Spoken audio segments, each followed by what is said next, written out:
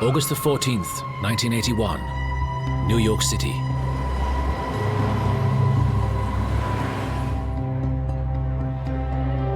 Dominick "Sonny Black" Napolitano, a captain in the Bonanno crime family, walks into the Motion Lounge Bar in Brooklyn. He hands the barman the keys to his apartment, a large bundle of cash, and the diamond-encrusted rings from his fingers. He tells the barman he's going to a meeting and doesn't know if he's coming back.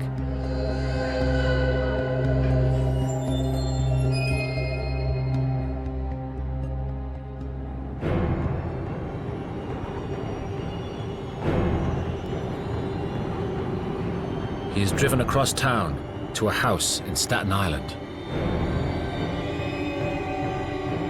The meeting is in the basement.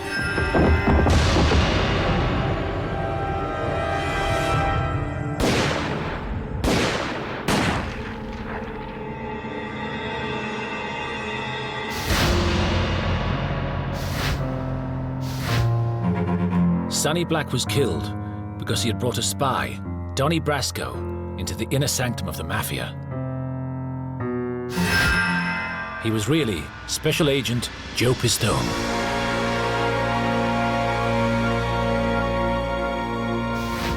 Did I want to see him get killed? No. Would I rather have him gone to jail? Yeah.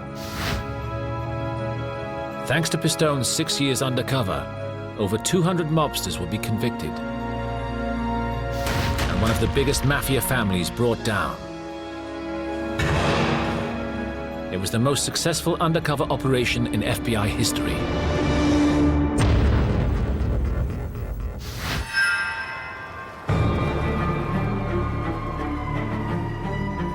But the operation that would one day bring down the Mafia would start on a far smaller scale. In 1976, New York was facing a wave of truck hijackings.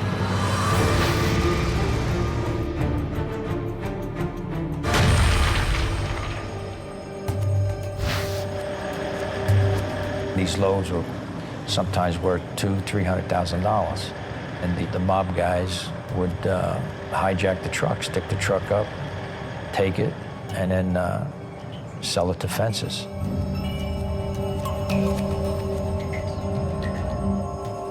The FBI decided to initiate an undercover operation to target these fences in an effort to stem the flow of hijackings. They selected Joe Pistone for the operation. Pistone had racked up extensive undercover experience over his 15 years as an FBI agent. I always worked undercover cases. I worked all criminal matters, bank robberies, prostitution cases, worked a lot of gambling cases.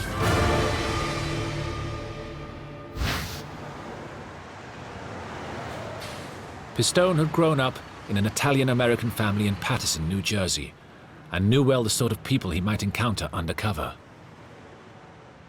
Growing up in a neighborhood, you always know who the mob guys are in the neighborhood, but, you know, my family's situation was, you keep away from those guys, don't get involved with them.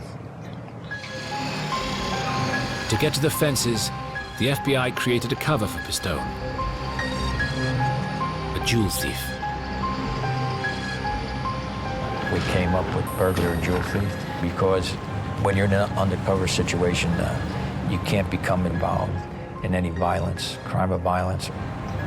So you come up with a legend that doesn't tend to lead toward violence.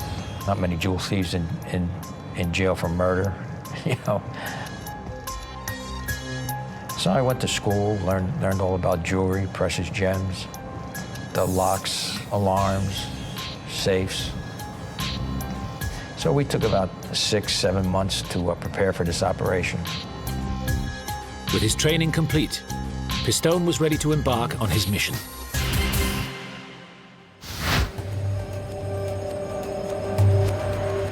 In 1976, he left FBI headquarters with a new ID as Donnie Brasco, unaware he would not return for over 6 years.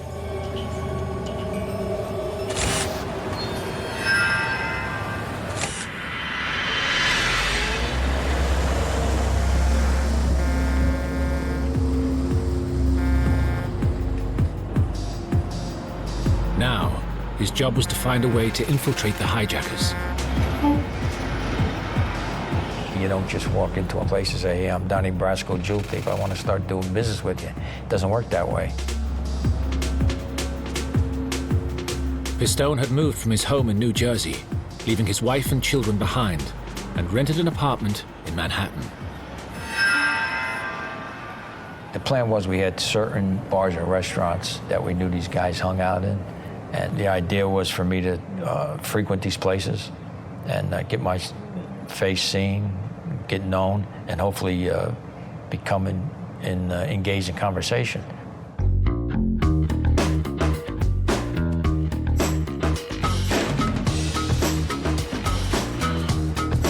It would take many months until people trusted the new face as a local. Well, the first 6 months I would just hit these different restaurants. Some were on the Upper East Side, some were down in Little Italy. I mean, they were basically all in Manhattan. I would just frequent, go in, sit at the bar, order a meal at the bar, order a drink at the bar, and just hang around for a couple hours.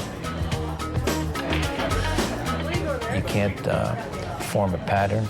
You can't go into the same place the same day at the same time. It's not a 9-to-5 job. It's not a 5-day-a-week job. It's a 7-day-a-week job.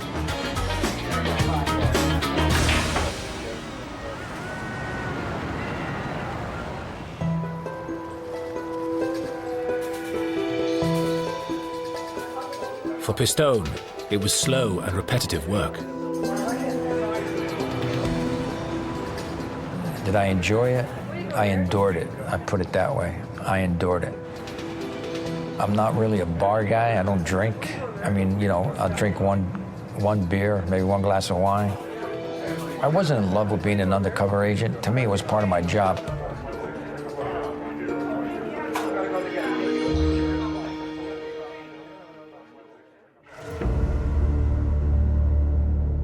Finally, after 6 months of targeting the bars of Manhattan, Pistone thought that his face had become familiar enough,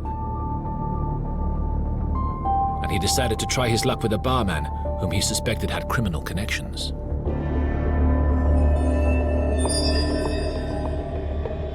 I finally felt, well, I got to make a move here. Come in one night and, hey, Donnie, how you doing? Okay. We start talking, and I had a package of diamonds. And I said, I need X amount of money for these. Say $10,000. As an undercover, you got to know what the street price of stuff is we call swag. You know, the difference of buying these diamonds at Tiffany's than buying off somebody in the street. And he didn't say a word. He just picked it up, put it in his pocket.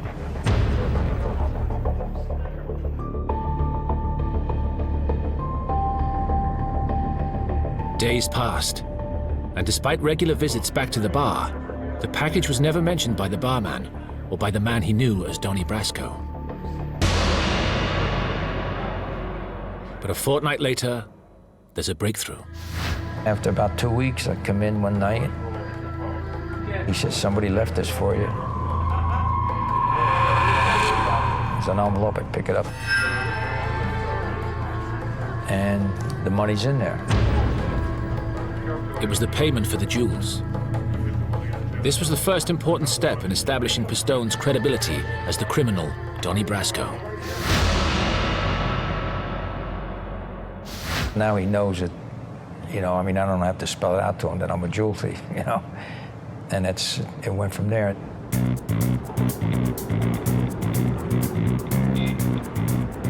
Over the next few months, the barman started to invite Donnie out, introducing him to numerous contacts. The places we went to were all after-hours joints, you know, gambling and after hours. And he would introduce me, you know, just as Donnie. Pistone was being introduced as Donnie Brasco to all sorts of shadowy people. But one introduction in particular would become very significant. The man was known as Jilly, and was not only a fence and a truck hijacker, but was what the mob called a made guy. Made, straightened out, good fellow, wise guy. All those terms mean the same thing. You've been officially inducted into a particular mafia family.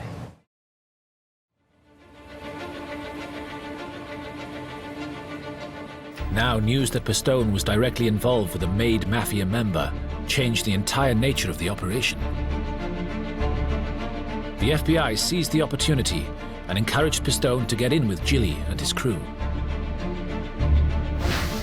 Pistone used all that he had learned at the FBI to convince them that he was a jewel thief, but they wanted to see the spoils of his crimes.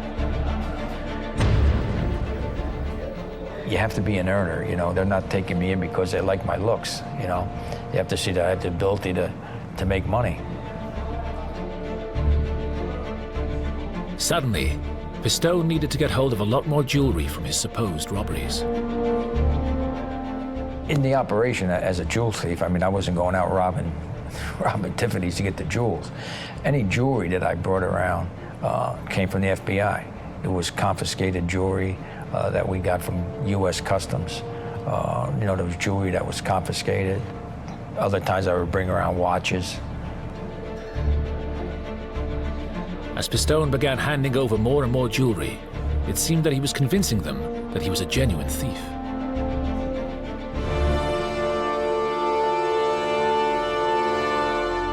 But then, some of the gang members started asking for his help in their own robberies, breaking into homes, something he was reluctant to do as an FBI agent.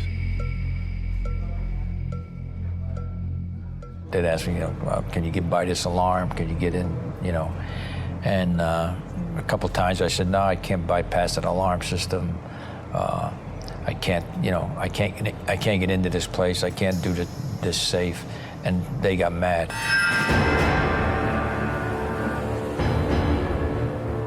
Pistone was called to a meeting by Gilly at his club with two other gangsters, Frankie and Patsy. They locked the door. Patsy puts his gun on the table and he said, you know, Donnie, he said, unless you convince me that you're a really great jewel thief, he said, the only way you're going out of here is rolled up in that rug.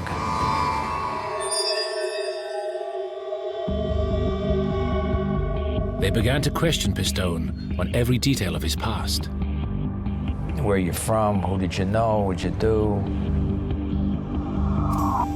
The questioning continued for 5 hours.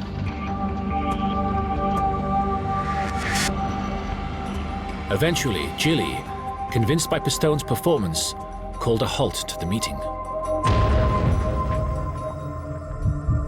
But then, as Frankie and Patsy were backing down, Pistone took a massive gamble to increase his credibility. If somebody calls you out on the street, you gotta be mad. And the only thing they're gonna understand here is some kind of force.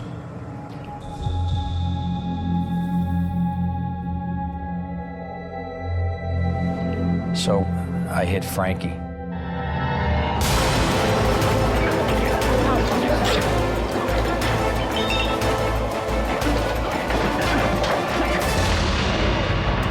Patsy jumps on me, he starts punching me, starts beating me. But I can't do anything because he's a made guy. You can't hit a made guy. That's a penalty of death. So I just keep hitting Frankie. Then finally they break it up.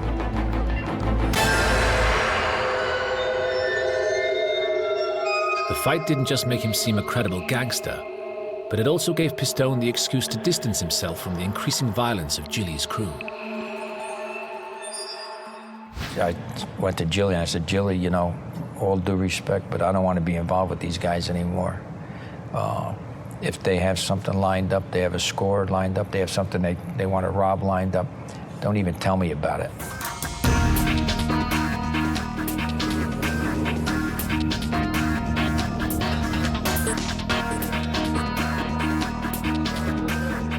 Believing Pistone was the real deal, Gilly introduced him to some major figures from another mafia family, the Bonanos.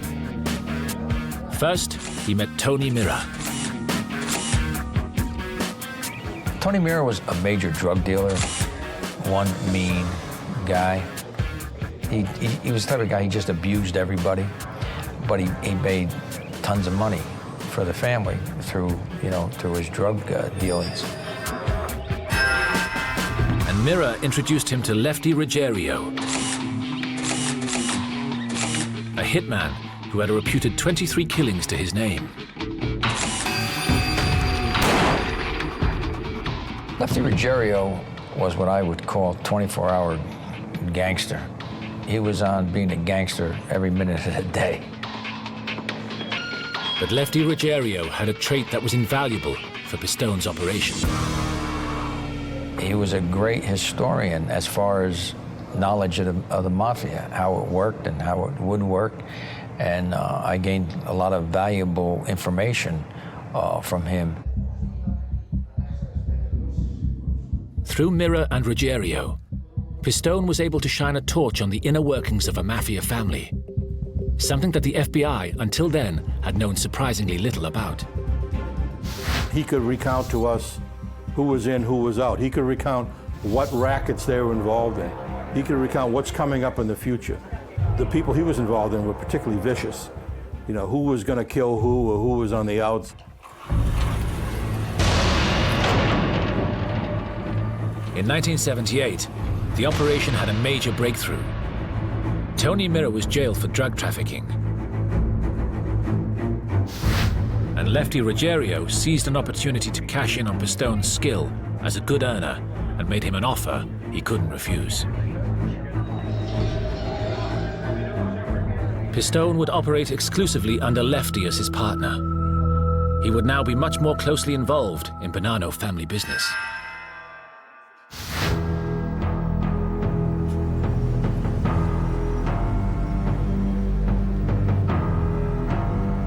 And critically, Lefty was part of a crew run by one of the most powerful captains in the Bonanno family, Dominick Sonny Black Napolitano.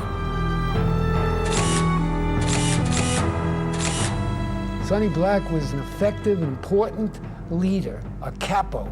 He had about 15 to 20 members in his crew, about 10 or 12 made guys, and probably at least 20 or 30 other known as associates or wannabes who hang around and work with the family. He dressed effectively like the consummate or quintessential mobster. T-shirts, dark suits, heavy on jewelry, rings, pinky rings, swaggered, talk tough.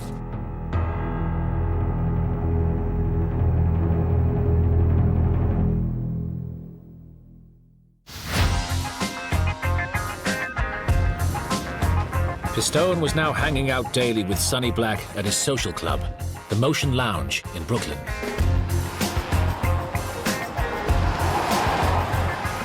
The average day in the life of a wise guy is not as exciting as you might think.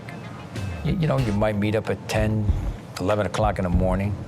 You hang out at the social club all day, and your conversation is about what you're going to rob, what you're going to steal, who's stealing from you, how much money you're making in this operation, how much money you're making in that operation. It's a steady grind every day. Thanks to Pistone, the FBI were in a position they had never anticipated. They had an agent as an active member in a major crew in the New York Mafia.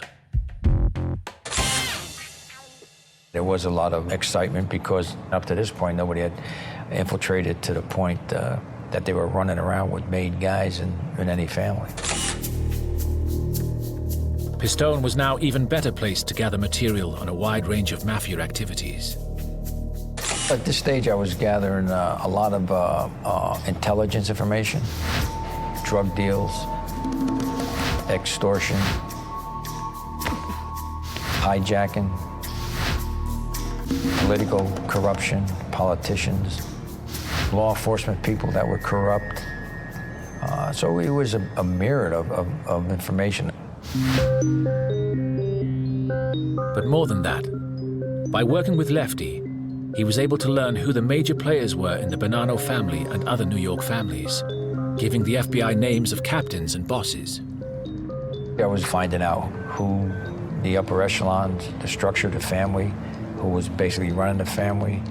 So a lot of it had to do with intelligence information that we didn't know by doing investigations and that we weren't getting from informants. We showed we can go after and get the upper echelon versus, versus the guys on the bottom doing all the dirty work. Pistone's intelligence was helping the FBI build a much clearer picture of not just how the Bonanno family was run, but the whole mafia. And what emerged was how much the various mafia families were in fact cooperating with each other. You came to realize that this was not a monolithic organization. These folks were working together. Might have been individual families that, for work purposes and for power purposes, but in the scheme of things, they were working together, sharing these criminal activities. And Pistone's success was not limited to just the mafia in New York. With his strong credibility, he could now vouch for other undercover agents and instigate connections with other mafia families, as far away as Los Angeles. In Milwaukee, he was so successful, he even managed to set up a face-to-face meeting with the mob boss there, the first time an FBI agent had sat down with such a high-ranking mobster.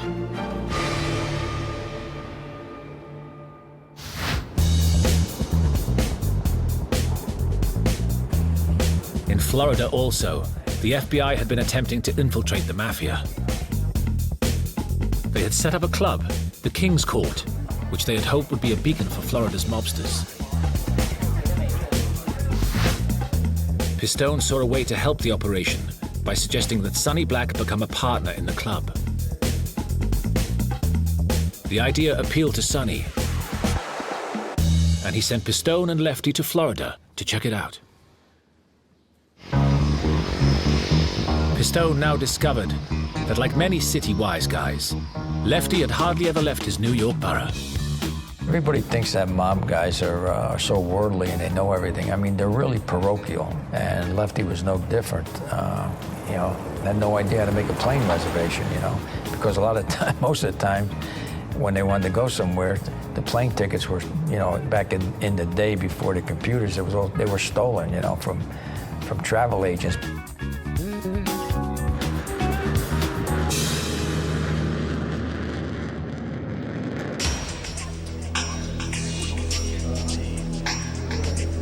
When Lefty saw the club, he reported favorably back to Sonny, and Sonny liked what he heard.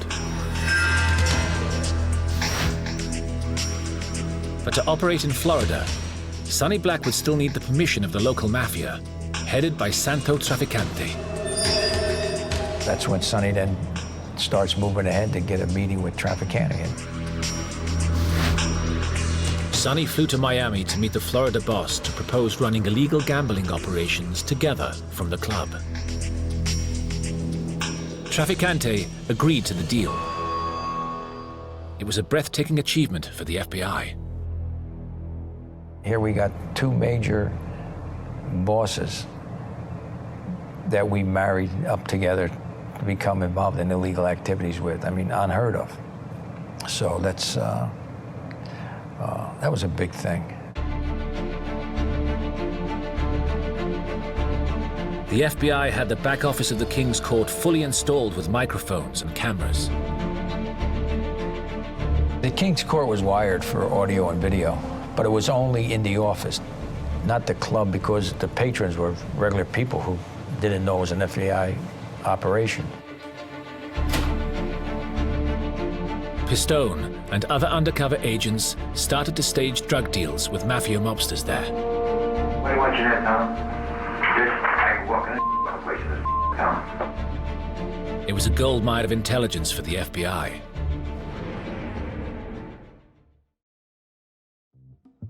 But for the Bonannos, it was a major money-making operation. And Sonny Black loved it. Every time you went to the club, it was packed. I mean, it was a big hit among the locals, and everybody that went in there was a citizen, So the club was making money. We're doing illegal gambling, casino nights, and illegal bingo games, which was big down there because of the elderly population. You can make a lot of money running bingo because they were taking the big cut for themselves. Pistone was impressing Sonny Black, So much so that Sonny asked him to head up the operation in Florida. But more importantly for the FBI, in another promotion for Pistone, he no longer had to report to Lefty Ruggiero, but would answer directly to Sonny Black. Pistone now had access to one of the most important captains in the New York Mafia. Nothing like this had ever been done before.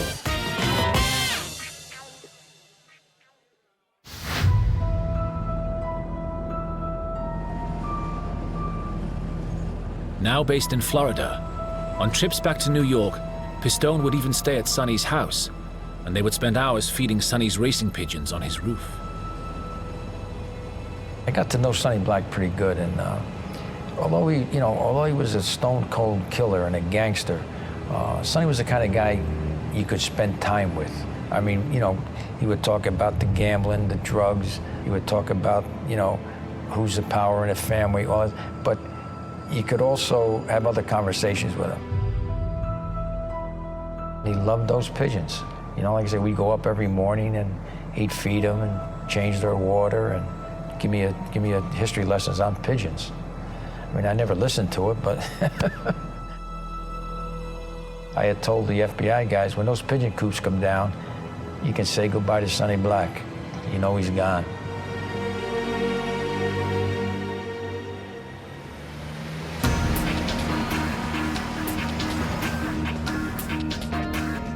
Pistone's close relationship with Sonny Black now gave him even more access to information within the Mafia. He discovered that one faction of the Bonanno family, recent Sicilian immigrants known as Zips, were enormous drug importers. They used a series of pizza restaurants to distribute the drugs. The Zips were Sicilians brought over to run the pizza shops that they had all over New York and Pennsylvania, not only to distribute the heroin, but to use these Zips for murders and anything else that they needed from them. Based on Pistone's information, the FBI launched a major investigation into the Zips pizza restaurant drug trade. But they couldn't act on it immediately, because if Pistone's identity were revealed to the Mafia, he would be killed instantly.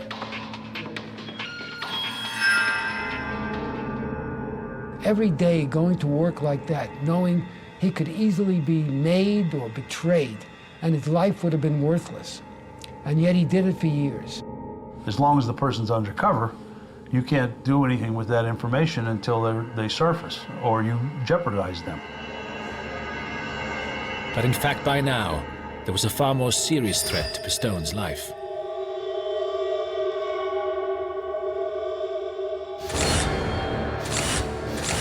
Tony Mira, Pistone's first contact in the Mafia, was released from jail and furious that Pistone was earning money from Sonny Black and Lefty. He wanted revenge. What you have to remember, there's a lot of jealousy and envy in the mob. Mira gets out of jail, and he's jealous because he thinks I'm making a lot of money and because I'm real close to Sonny Black. So he goes and he goes to his captain and says that I should be with him and not Lefty because he's the one that brought me around. But Sonny, keen to keep his cut of Pistone's earnings, was reluctant to pass him back to Mira. Mira goes to Sonny, and Sonny says no.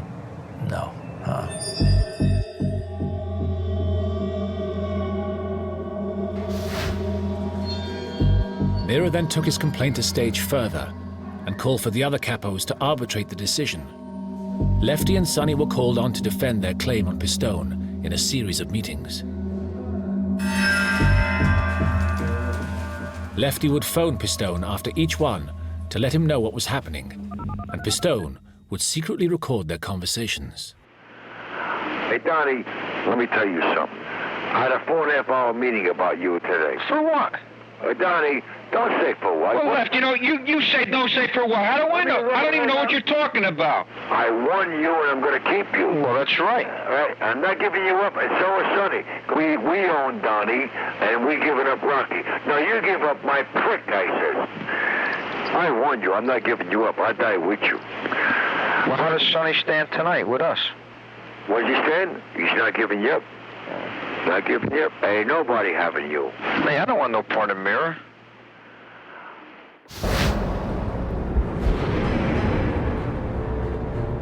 Sonny Black and Lefty won and got to keep Pistone as their own.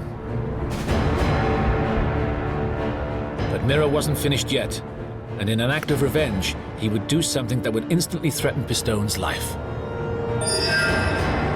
So he figures, well, if I can't have him, nobody's going to have him.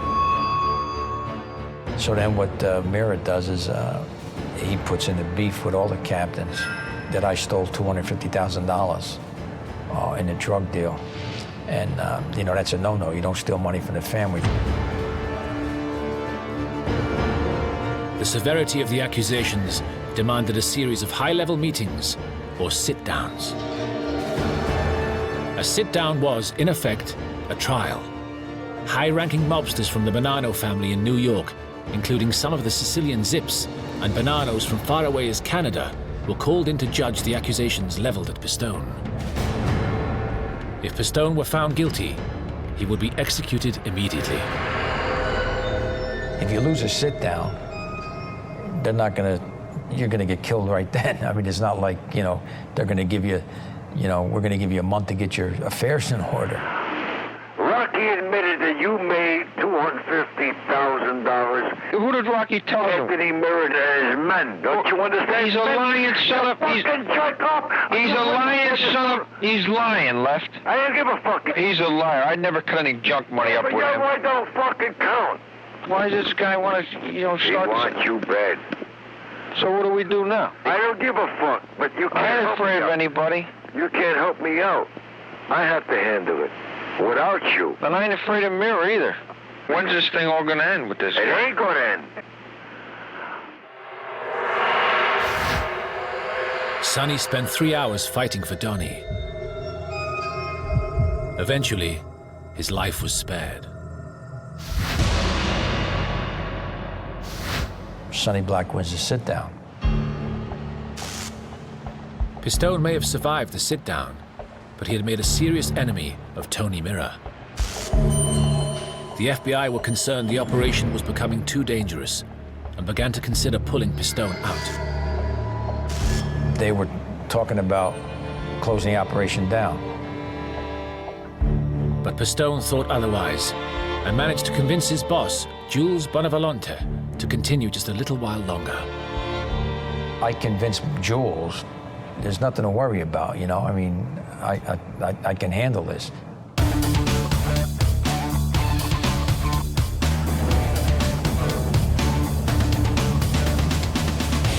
By the end of 1980, FBI agent Joe Pistone had been undercover in the Mafia for nearly 5 years. His intelligence had been invaluable to the FBI. They had wiretaps on senior members of the New York Mafia, cases open on Sicilian heroin trafficking, the Milwaukee mob, and Colombian drug deals in Florida. And as a trusted confidant to one of the most powerful captains in the New York Mafia, the outlook for Pistone and the FBI was looking good.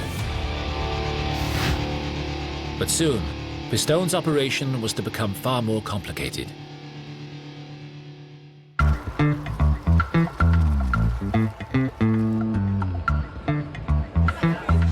In Florida, a Las Vegas night was planned for the King's Court, an illegal gambling evening with craps, roulette wheels, and blackjack.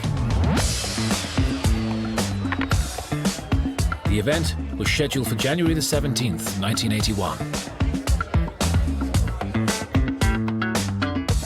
Sonny and a number of New York wise guys had flown down for the event. The local sheriff had been paid to turn a blind eye.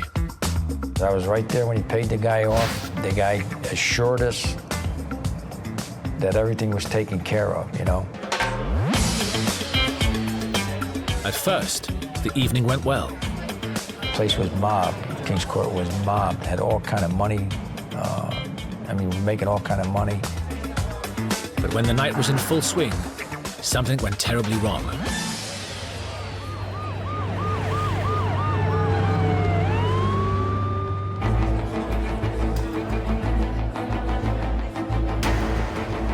the club was raided by the local police. And Sonny, who refused to provide identification, was taken to jail.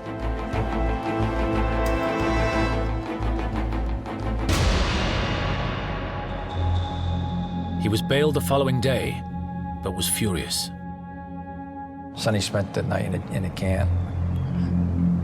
He wasn't too happy the next day, believe me. He wasn't too happy the next day. Sonny Black was convinced there must have been a rat. Pistone had to be concerned that suspicion might fall on him.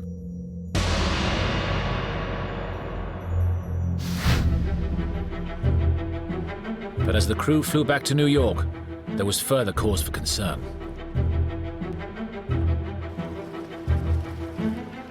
Months earlier, in a move to impress his mob connections in Florida, Pistone had borrowed a luxury boat from the FBI for a fishing trip with Lefty. But now, Lefty spotted an article in a magazine detailing an FBI sting operation in which agents had posed as Arab sheikhs to entrap corrupt congressmen. The article included a picture of a boat used in the operation. It was the same boat that Pistone had used to impress Lefty Ruggiero. The boat that we used was on the front page of Newsweek. There was another major undercover operation going called Abscam. It wasn't supposed to get the surface for a long time. But what happened was it got exposed. Lefty demanded to know how Donnie had got hold of an FBI boat. I told Lefty, remember this girl we met out in San Diego? And, you know, do you remember she said her brother had a boat in Miami and that we can use it any time? So I said, look, Left, I said, you were there, you know. Even if it is a government boat, they were after, you know, they're after the politicians. They weren't after us. They never came after us. So I got away with that one.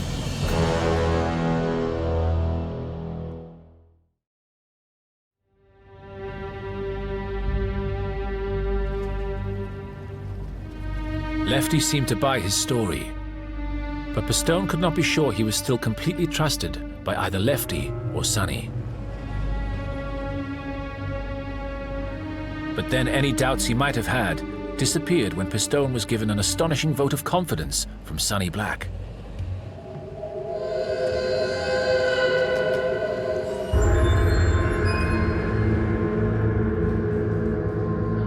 Sonny Black proposed Pistone for full membership of the Mafia. He had to go to every captain in the family and say, hey, I'm going to propose Donnie Brasco. You guys have anything against Donnie? And if one captain says a negative thing, they can't propose you. And all the other captains okayed it.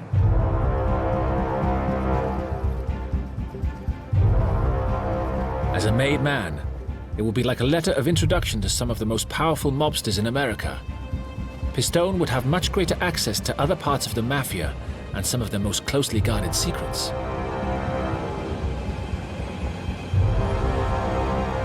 But at FBI headquarters, there was real concern. It was all very well having an agent inside the Mafia, but having an agent inducted to a senior level could compromise the entire operation. Theoretically, to become a member, you would have had to kill somebody. And their position was that even though he had not had to kill somebody, that would destroy his credibility before the courts.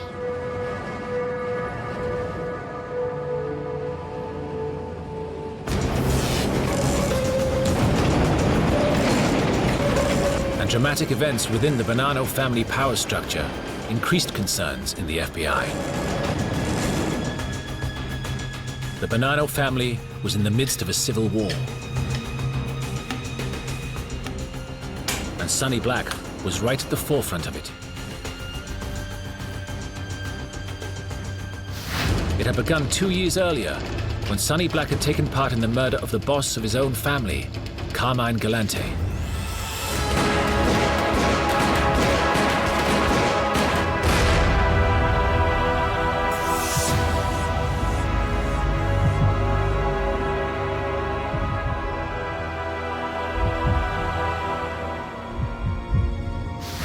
And now, Sonny was ordered to take out 3 rival capos.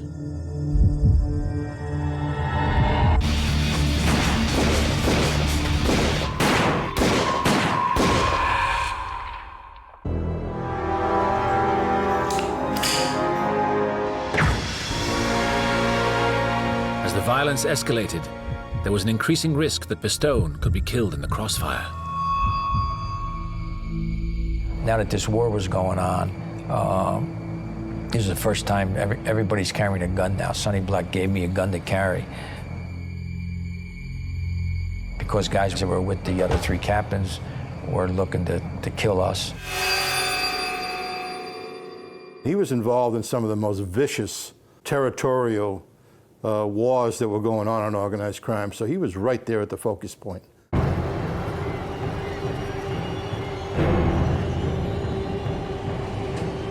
And then, Sonny Black put Pistone in a position the FBI had been desperate to avoid. Sonny ordered Pistone to track down a rival mobster, Bruno Indelicato, and kill him. So Sonny sends me to Florida because that's where they thought Bruno was. And the plan was if I found him, I'd call the FBI, they'd snatch him, we'd make it look like a hit, and then I can go back and say, you know, I took care of him.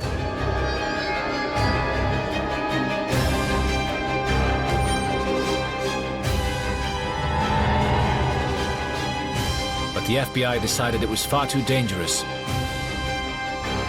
and ordered Pistone to pull out of the 6-year operation.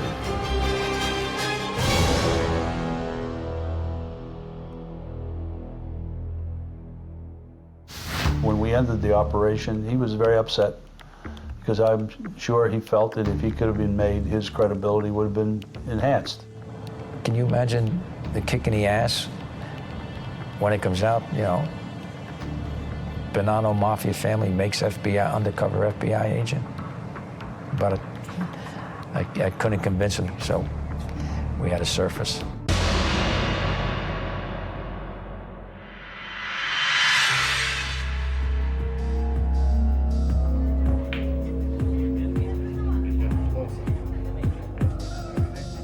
Two weeks later, with Pistone safely out of the way, Sonny was visited at his club by FBI agents. The agents presented a picture of the 3 of them with a 4th man, one of their most trusted crew members. You know this man as Donnie Brasco. He is, in fact, an FBI agent. And Sonny said, well, if I see him around, then now I'll know. I mean, he really didn't believe it. But eventually, Sonny Black began to accept the truth, and the FBI watched as he retreated to his pigeon coop to think over his options. He realized that if Donnie Brasco were an undercover agent, then, as the man responsible for bringing him into the Mafia, he was sure to be killed. The FBI offered him protection. All he had to do was come forward. He said no. He knew what the results might be, but he wouldn't betray his oath. He decided to go down at the end, and he knew pretty much that he was on a hit list. 2 weeks later, Sonny Black was called to a meeting.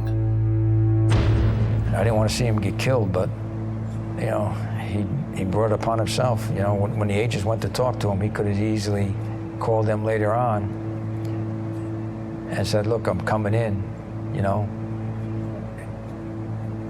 What kind of deal can I make?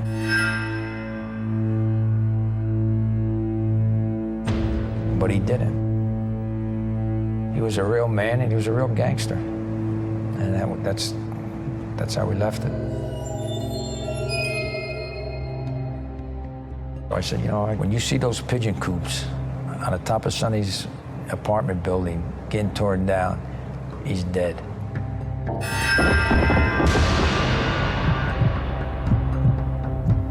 17 days later, they start taking the pigeon coops down.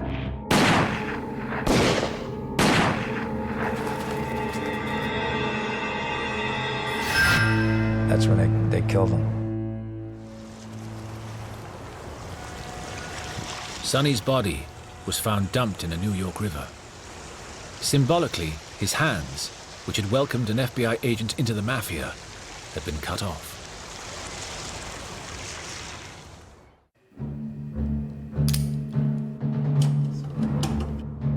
The mob now closed in on anyone who had been involved with Donnie Brasco.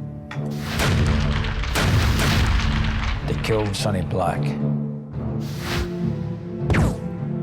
They killed Tony Mira. They killed Jilly.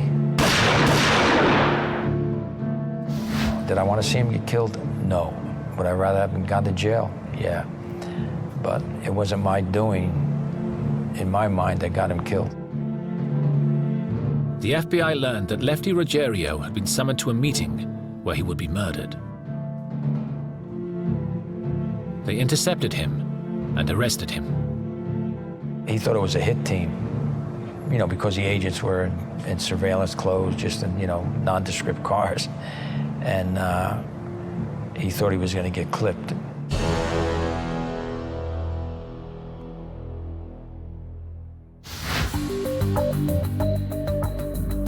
With Pistone now out of the firing range, the FBI used his information to go after hundreds of Mafia members. 4 years ago, a petty jewel thief known as Donnie Brasco began working his way up inside the mob. Last year, in a New York trial, Brasco unmasked himself. His real name? Joseph Pistone, undercover agent in the FBI. I think I testified in about 17 different trials. We had 235 convictions. In New York, you know, we knocked out the Bonanno family to a great extent. Bonanno family, as I know of it, I think they are nothing but a street gang at this point in time. In Milwaukee, we took down the whole family. You know, the boss, the underboss, a couple of his captains. The same thing in Florida, you know. A federal grand jury in Tampa today indicted Santo Trafficante and 11 others on racketeering charges. That include gambling, extortion, bribery, and narcotics. In 1985, Pistone testified in the trial of the Sicilian heroin traffickers. Known as the Pizza Connection, it was one of the longest trials in American history. All the principal defendants in this case were convicted. 18 of 19 defendants overall were convicted. It's an outstanding result. We couldn't have hoped for anything better, and it is a tremendous victory for the effort against the Mafia. And in what became known as the Commission Trial, Pistone identified the heads of the New York families. They're calling it the biggest sweep of underworld leadership in nearly 30 years. 5 reputed godfathers arrested and indicted in New York. His evidence and testimony was central in securing convictions on 151 counts. Pistone's operation spelled the beginning of the end for the mob, as gangsters at all levels of the Mafia were sent to jail. Amongst them was Lefty Ruggiero, imprisoned for conspiring to murder the 3 capos, distributing drugs, extortion, bank robbery, and illegal gambling in Florida. So he spent like 15 years in jail. I hate to be the guy that was his cellmate or guard, because he had to be the biggest pain in the arse there ever was. The Mafia responded by placing a $500,000 bounty on Pistone's head. To this day, Agent Joseph Pistone lives under a pseudonym in an undisclosed location.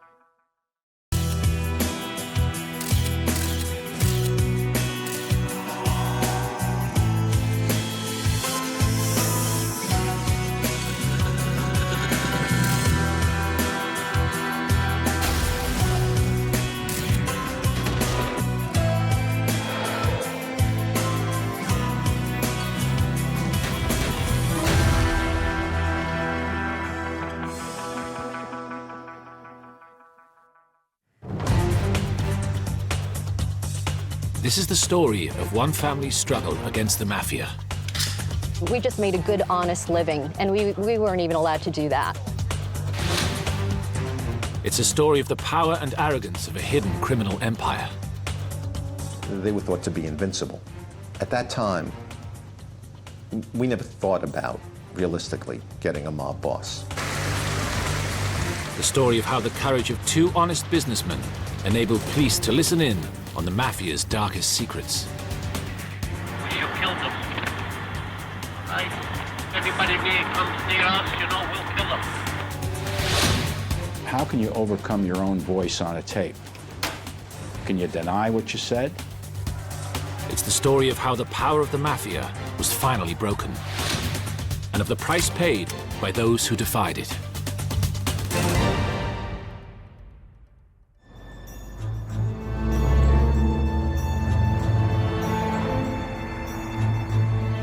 Long Island, just outside New York City. A world of neatly manicured lawns and pristine family homes. Plush, suburban, it epitomized the American dream of upward mobility. But beneath the surface was an American nightmare. I always knew there was something going on with the mafia, even as a child. My mom would drive me to school a lot, to piano lessons and everything, and one day she said to me, "You know why I drive you all the time is because I need to look after you. I want you to, look behind your back a little bit, especially even at the bus stops, because your father's in a business where we're getting threats." Kathy's father, Jerry, came from a family of Czech immigrants. Back in the 1950s, he'd started a small garbage collection business. Today, the garbage trucks that patrol the streets of Long Island belong to legitimate companies. But in Jerry Kubecka's day, it was very different. That had been an intractable problem going back 40, 50 years in the carting industry, the garbage collection industry. It had been run by the mob. Everybody knew it was run by the mob. There was complete and utter price fixing. It was complete and utter control by a major family of the organized crime group.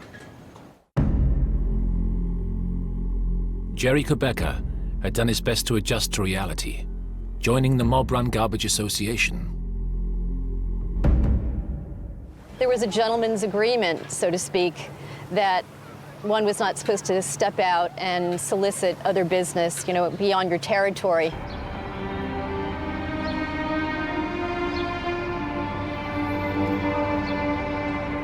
Jerry's problem was that, unlike most of the other Long Island garbage collectors, he was not Italian.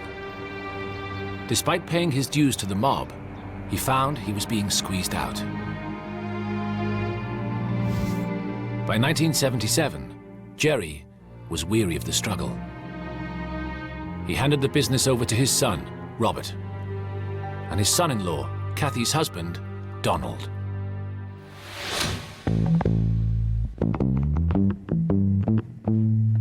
Robert and Donald were bright and ambitious. Robert had been to business school, and he saw no reason to play by the mafia's rules. My brother wanted to be able to go out and make a living like any other person and do it fair and honestly. And he felt if he calculated bids and everything correctly and won it, it should be his. And he didn't like the dirty politics that were going on. It really upset him. It made him mad. But Robert was playing with fire.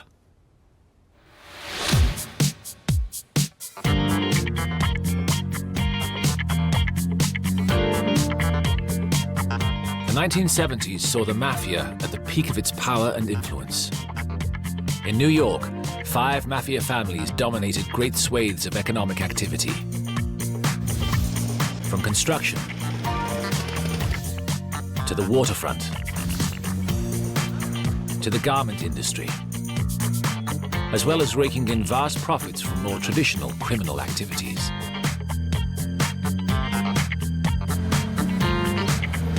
Out on Long Island, the garbage industry was run by the Lucchese family, an outfit originally set up in the 1930s and headed by an old-style mafia don called Tony Corallo.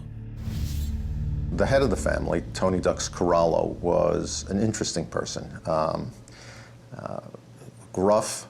He was quiet, peaceable, interesting to spend time with. Corallo was hired merely to walk into a location and stare at people, to keep them in line. He knew a lot about New York City, knew a lot about a lot of things, unions, union contracts, negotiations. His major area of concentration before had been labor racketeering. Corallo was known as Tony Ducks because of his skill in ducking subpoenas.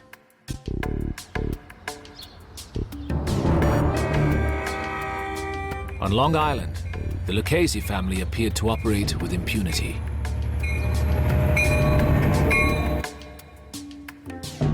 When the Kubeckas defied the mob-run garbage cartel and began to compete openly for business, the Lucchese family took it as a direct challenge to their power and authority.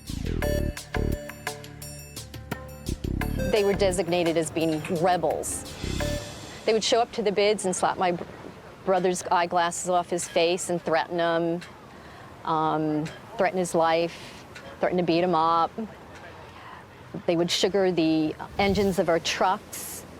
I remember one time they actually threw a firebomb into the cab of the truck that my husband was driving right after he stepped out of it. Finally, at the start of the 1980s, Robert turned to the authorities. He had a relationship with one of our investigators, and he explained the problems he was having, how they controlled him, and indicated that there were telephone calls made to him by a particular individual. Ron Goldstock was head of New York State's Organized Crime Task Force.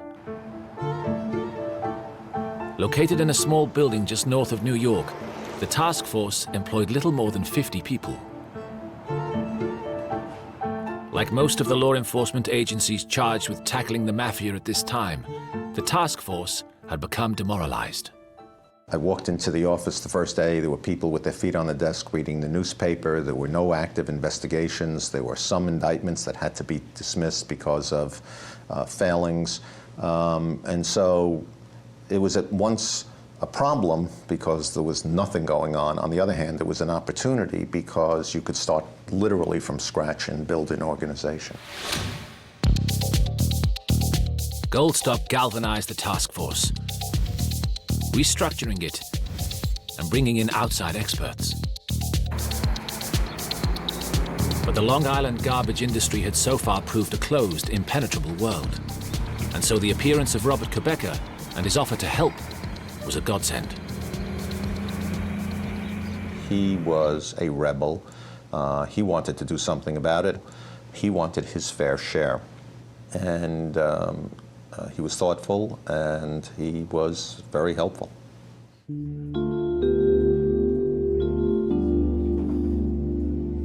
Kubecka agreed to wear a wire to meetings with other garbage collectors. It was the first step in a chain that would ultimately devastate the New York Mafia. The recordings served to confirm a sworn affidavit from the Kubecka family detailing the harassment they had suffered.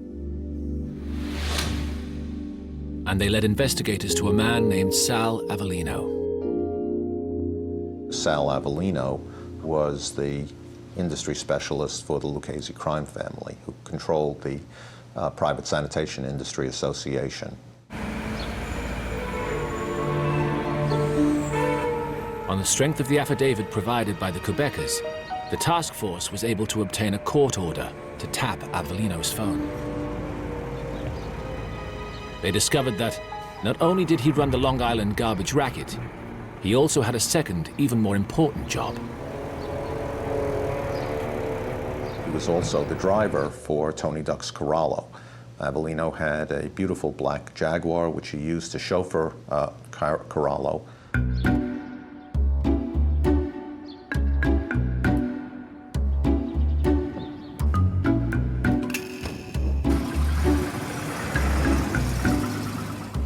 Each morning, Avellino would pick up the Lucchese family boss from his home on Long Island and drive him around to his various business assignments. Ron Goldstock was fairly sure they discussed something more than the weather. So our next step was to think about how to intercept the conversations he was having with Corallo in that car.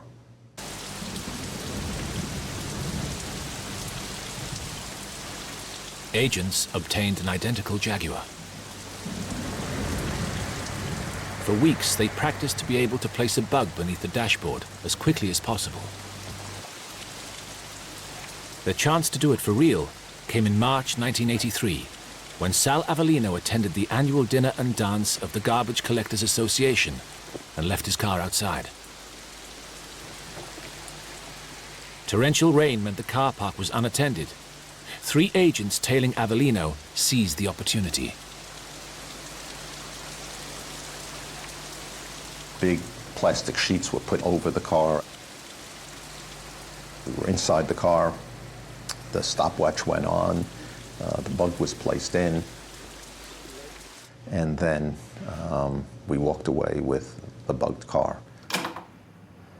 And within 2 days, the conversations came out clear and wonderful. He picked up on one job. Well, it seems that he don't want. He says that Cody is making a beef and complaining about that because this was theirs. Let him go complain to Fat Tony. He says this was theirs. This is the carpenter. Let him go complain to Fat Tony. Listen to me, please. I'm listening to you. He's got to go complain to Fat Tony. What the he got to do with carpenters? Fat Tony was Anthony Salerno, head of the powerful Genovese family. Already, Goldstock's men were hearing the names of the mob's top bosses. If you listen to the tapes in the Jaguar, which were collected over a period of months, you hear a lot of profanity. But he also, in a funny way, would sometimes get into ruminating about the life of a mobster with the driver that he was talking to. Here, the 2 men discuss whether to make their sons. In other words, to induct them into the mafia. Make your kid? No, not now. I mean, not my thinking right now is no. Might change 5 years from now, 10 years from now, but right now my thinking is no. Avellino then reflected his attitude was hypocritical.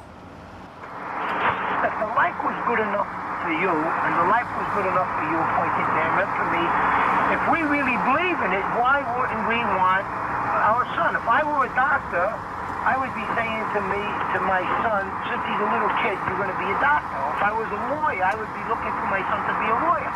So they must feel that if this life was good enough for me, I want it for my son also. Otherwise, we're really saying that this life is no good for the birds, right?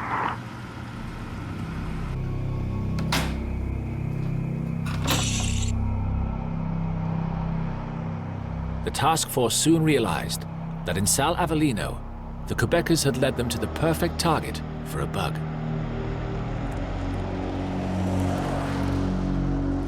Sal Avellino was an educated individual. He was inquisitive. He wanted to know more. And so he would continually ask Corallo information. He saw Corallo as his mentor. Here, Corallo outlines to Avellino his opposition to the drugs trade, which he felt left his men vulnerable to law enforcement. I couldn't be any later than I was with some of these guys because I don't want nobody coming to them. And they're around anybody around junkies. They gotta get killed. That's all. You cannot be in a narcotic business and put it on your stomach and then part of the kind. You gotta be exposed to it. You gotta go out in the street. You got to sell it. You can't be in the drug business without going in the street and sell this cocksucking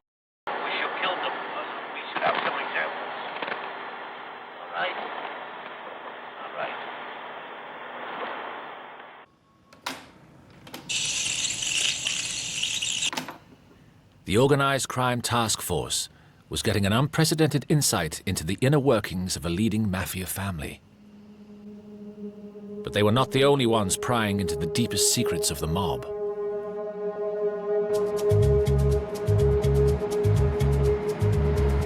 In downtown Manhattan, a revolution was also underway at what should have been the most important of the various agencies charged with tackling the mafia, the FBI.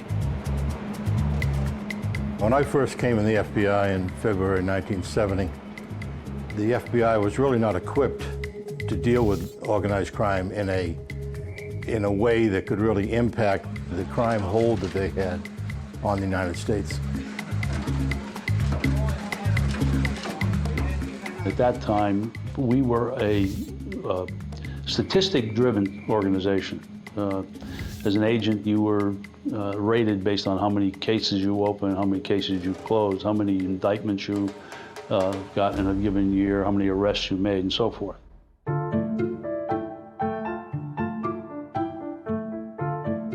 The Bureau's legendary director, J. Edgar Hoover, had originally denied even the existence of the mafia and always preferred his agents to focus on other, easier targets. Now, a new generation was forcing its way to the top.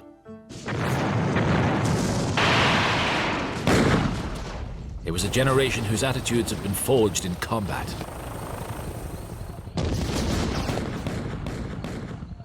I was in Vietnam from 1967 to 1968. Spent most of my time up in the demilitarized zone. We sat in that DMZ, basically lived in the ground, taking incoming artillery and rockets from North Vietnam almost on a daily basis. You know, and the feeling of not being able to respond adequately to the war that we were in, not being able to deploy our resources to stop that threat, really having boxes around our capability. It was very, very frustrating. And yes, there were many, many veterans of Vietnam that were populated, you know, into the New York office and populated into other major field offices. And we didn't want to see that all happen again.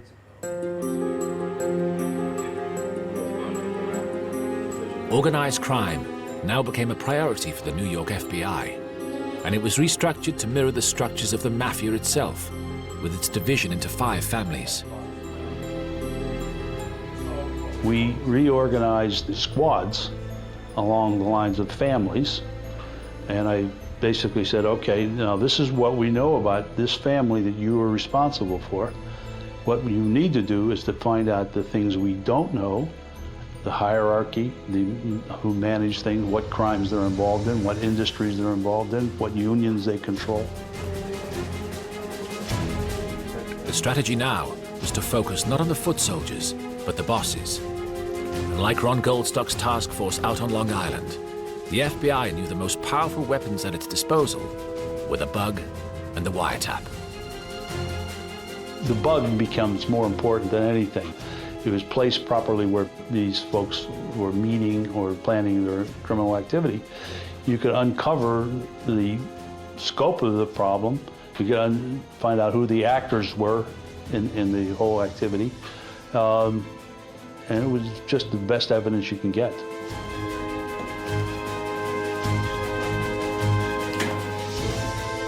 I was honored to take over the technical squad and try to build the resources. We had to have experts in locks and alarms. We had to have experts in communications, telephone systems. You know, we had to have all kinds of expertise. We had to fit in as anybody, as a delivery man, as a milkman, as a florist. We had to play all those roles.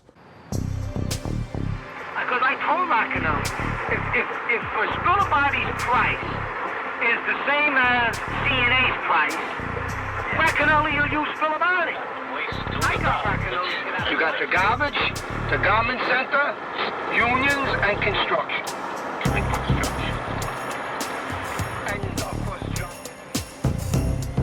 By the end of 1983, the FBI was listening in on the conversations of the heads of most of the New York families.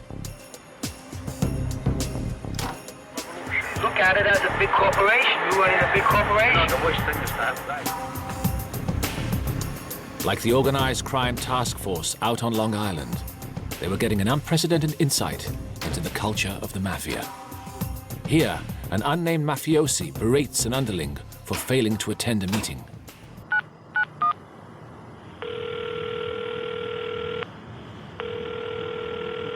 My wife just called me, Joe. Your wife just called you? I'm reaching for 2 days. She said she told you yesterday.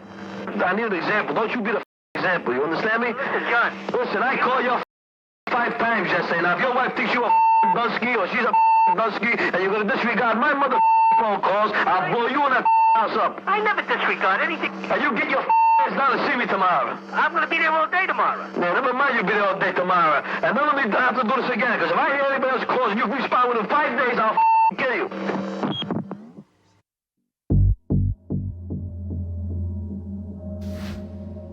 Among the most important of the FBI's targets was Fat Tony Salerno, boss of the Genovese family. The FBI had succeeded in placing a bug in the East Harlem social club Salerno used as an HQ. It would prove second only in importance to the Jaguar bug. On it, agents were astonished to hear Fat Tony dictating who would be the next boss of the powerful Teamsters trade union, which represented almost 2 million Americans, including truck drivers and garbage workers. I would get the transcripts of things, and when I read it, I said, these bastards are taking over. They're deciding who's going to run the Teamsters nationwide. I mean, I couldn't believe it. We knew that they had infiltrated it, but not to the point where they controlled who could become the president. But to actually hear that discussion, that type of decision that would impact on all trucking in the United States of America would be made by these mopes, these criminals, you know, these blowhards, in my view, was just sort of shocking.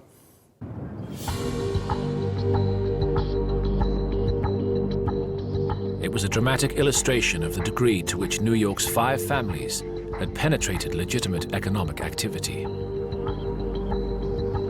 But both the FBI and the Organized Crime Task Force were beginning to notice something even more intriguing. You came to realize that these folks were working together. They might have been individual families that, you know, for work purposes and for power purposes, but in the scheme of things, they were working together, sharing these criminal activities.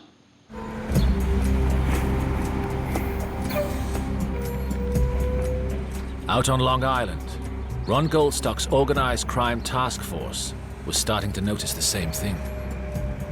In the garbage industry, while the Lucchese family controlled the Employers Association, it was the Gambino family who controlled the Garbage Workers Union.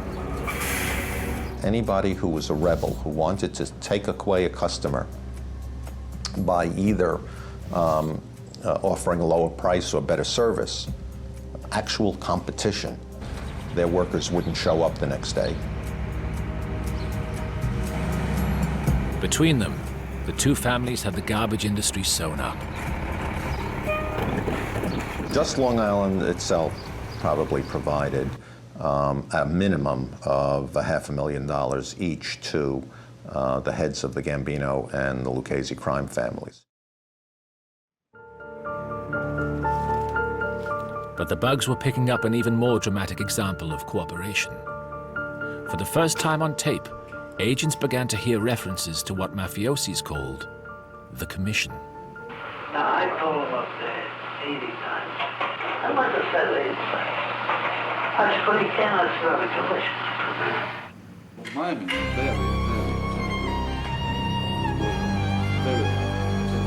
The Commission had originally been established in 1931 by the legendary Sicilian gangster Charles Lucky Luciano. It was effectively the Mafia's board of directors. The Commission is essentially the heads of the 5 families, meeting together to resolve problems. It was kind of modeled on ancient Rome. They would vote to resolve disputes. They would make decisions about who could be admitted to the mafia and who would not be admitted.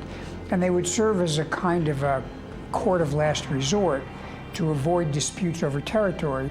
And that actually turned out to be a brilliant conception, because based on that vision and that architecture, the mafia was able for decades to expand its influence and to avoid the kind of internal bloodletting which had been a problem in the 1920s. They were the bosses. And, you know, we started to realize we're getting the information about the ruling body here.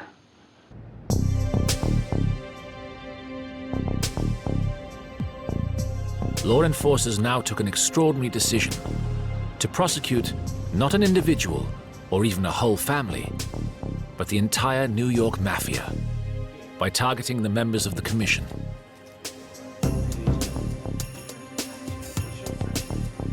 This would mean putting aside interagency rivalry and taking the historic decision to pool the two separate investigations of the FBI and the Organized Crime Task Force.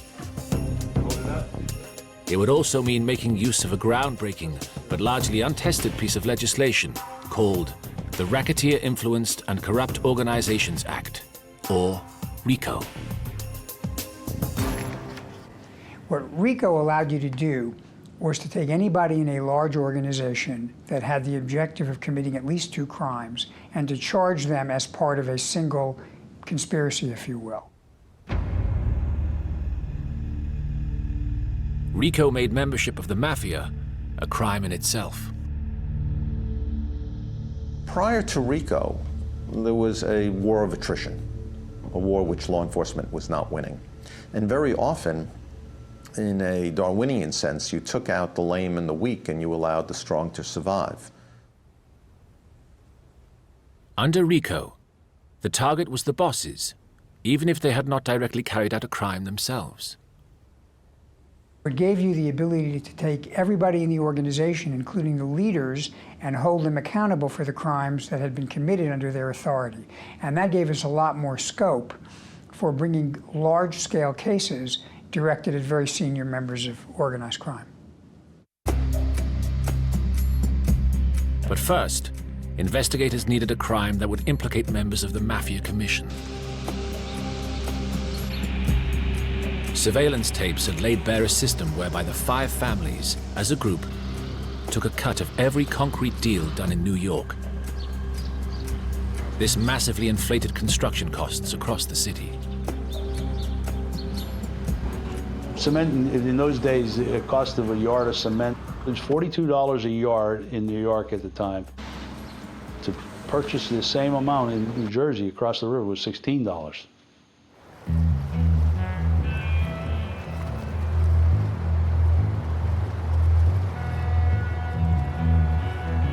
The so-called Concrete Club would form a key part of the prosecution.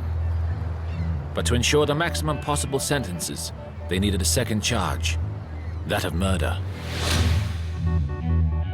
They turned to the unsolved 1979 killing of a man called Carmine Galante. Galante had been the boss of the Bonanno family, which was the 5th family of the major New York families and the one that had gotten involved in drug trafficking. He was known to deal in narcotics, which was prohibited by the families. And he was considered to be a person who was out of control. The Mafia Commission disliked the drug trade. This was presented as a moral stance. But, as Tony Duxcarallo's comments in the Jaguar made clear, their real fear was the exposure it gave them to law enforcement, and the likelihood that the stiff sentences it carried could be used to pressure those caught into turning informant. A decision was taken to resolve the problem in the traditional way. Galante is in the back of a restaurant called Joe and Mary's Restaurant with a couple of other people and some bodyguards. A car drives up. There are 4 masked men. One stays behind the wheel. The others go into the restaurant. They go through the restaurant right to the back, and they kill Galante and 2 of the other people who were with him.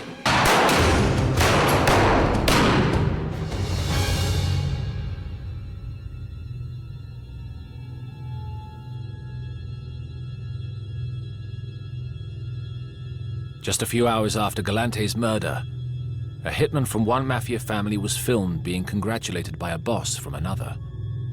For the FBI, this made it very likely the hit had been sanctioned by the commission.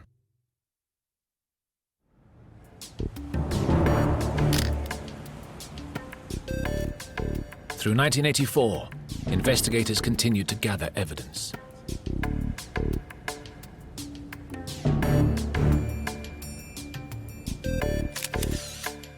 On May the 15th, for the first time, they successfully photographed mob leaders attending a commission meeting on Staten Island in New York.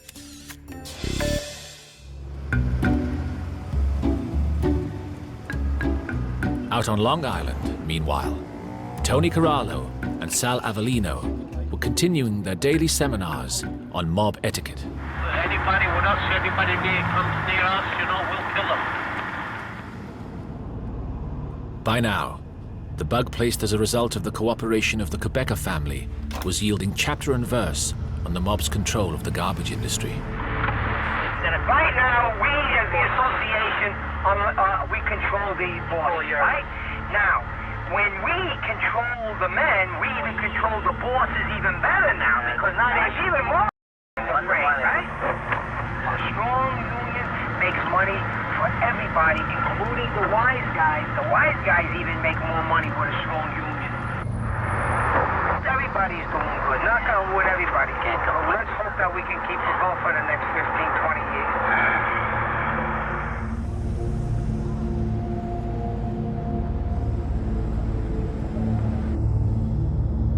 In fact, time was running out, not just for Tony Corallo and Sal Avellino, but the entire hierarchy of the New York Mafia.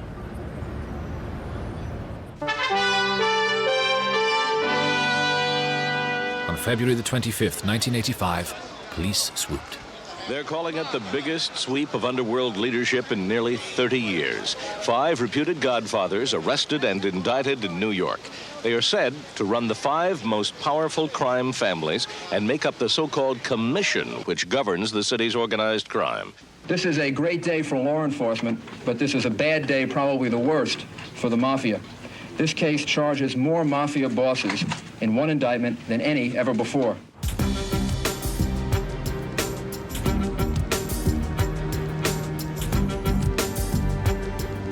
In all, 9 of New York's most powerful mobsters were arrested, including Big Paul Castellano, head of the Gambino family, Fat Tony Salerno, head of the Genovese family, Carmine the Snake Persico, head of the Colombo family, and Tony Dux Corallo, head of the Lucchese family.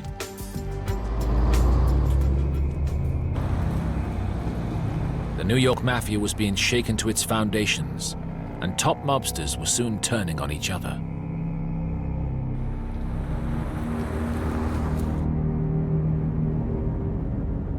On December the 16th, 1985, Paul Castellano, head of the Gambino family, arrived at a steakhouse in mid-Manhattan. Out on bail, while awaiting the start of the trial, he was accompanied by a single bodyguard.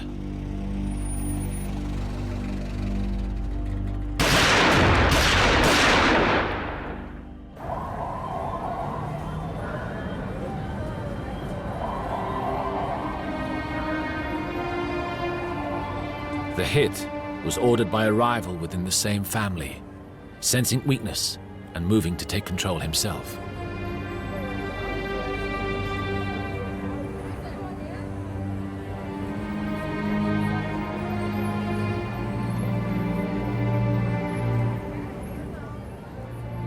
But for the prosecution in the commission trial, it simply meant one less body in the dock.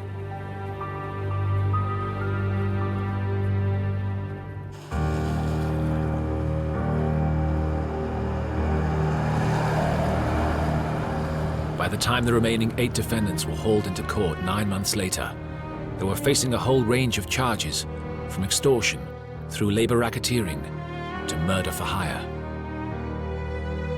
The tapes made from the Jaguar bug would now form a key part of the prosecution. The conversations that were obtained as a result of that bug were enormously important because they chatted not just about payments that were being made, although they talked about that too, but they talked about the structure of organized crime. They talked about where their associates were and what particular jobs they had. What they did is describe in detail an organization, an enterprise. Tony Corallo was in trouble, and his lawyer knew it. It's one thing to overcome a witness testifying against you, but how can you overcome your own voice on a tape? Can you deny what you said?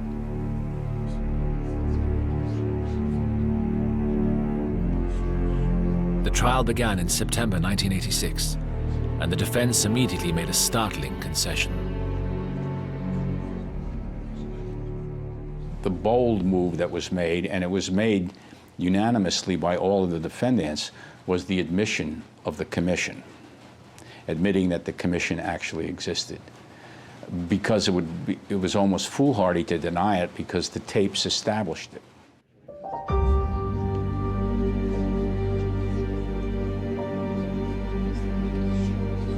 To admit the existence of the commission was to admit the existence of the mafia. The defendants had effectively broken the code of omerta, or silence. A defense lawyer now put forward a novel line of argument, that the mafia was not a criminal organization.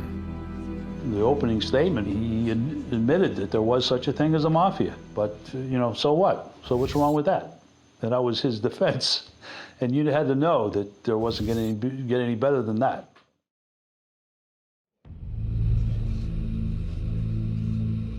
The defendants denied involvement in the Galante murder and claimed the concrete racket was a voluntary arrangement.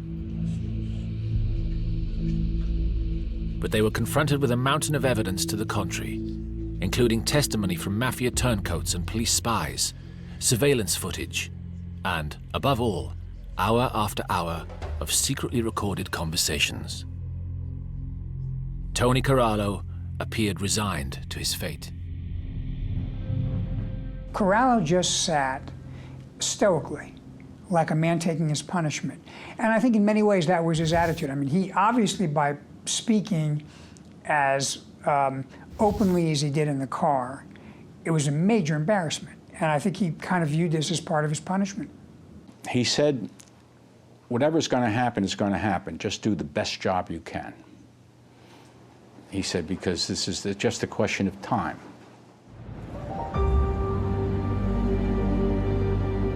The trial lasted just 10 weeks. The verdicts were returned on November the 19th, 1986. Guilty verdicts today in the federal trial of a group of mobsters accused of being the top bosses of organized crime in the United States. We went through the first set of charges. Everybody was convicted of something. At that point, we knew that we had won. What wasn't clear until we got 15 or 20 minutes into the verdict, because there were a lot of charges, is that we had won everything, that every count was a conviction. At one point, one of the defendants was overheard saying to the lawyer, doesn't this, ever stop? The government called Anthony Tony Ducks Corallo, Carmine Jr. Persico, and Anthony Fat Tony Salerno the board of directors of the Mafia. And today, after 6 days of deliberation, a New York jury agreed, finding them and 5 of their associates all guilty of running a racketeering and extortion enterprise. I think it's going to take a long time to replace the kind of network that these men put together.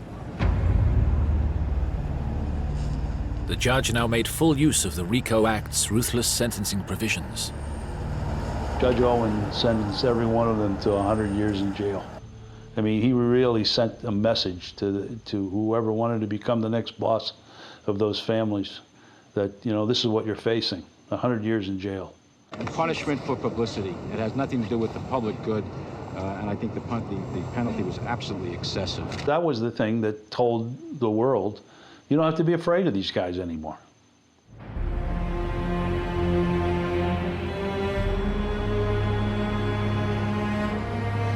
For over 50 years, the Mafia had prospered in New York and much of America.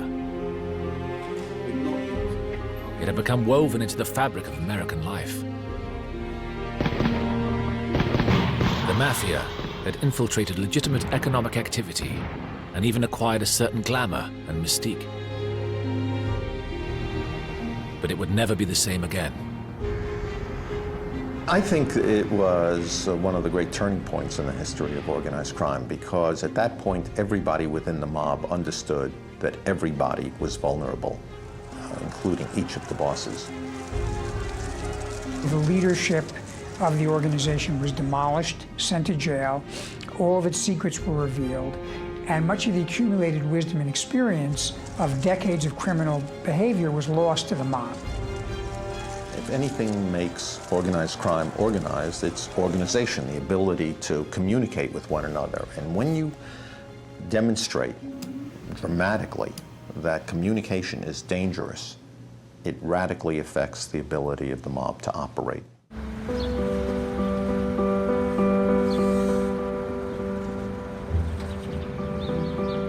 But there had been one curious omission from the charge sheet. The place it all started, the Long Island garbage industry, left out because prosecutors felt it would make the trial too unwieldy. Instead, Sal Avellino and his cronies were tried separately before a rather more lenient judge. The judge decided to give Avellino community service, and then he allowed somebody else to serve that community service for Avellino. I thought it was an outrageous sentence. It was a joke. It was such a farce. But the fact the case had come to court had one disastrous consequence. Robert Kubecka's role as an informant was now public knowledge. Robert became infuriated because his name was never supposed to be disclosed. And he felt like, you know, I put myself out on a limb for you guys, and my name's being disclosed now, and then you're slapping Avellino's hand.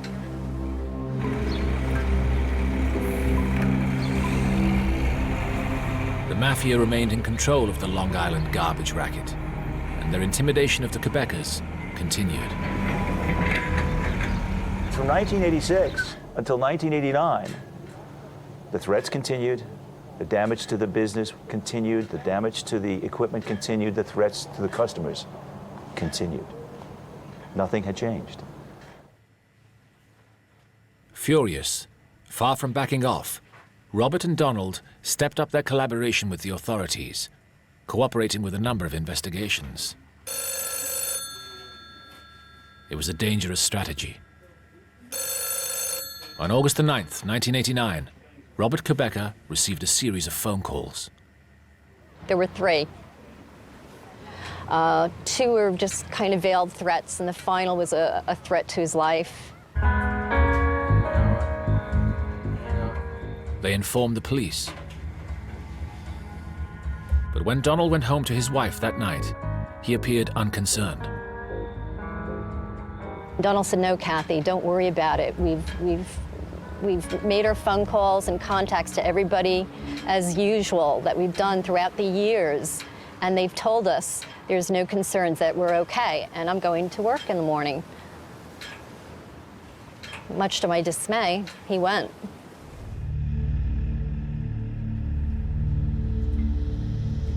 The 2 men were in the office as usual at dawn the next morning.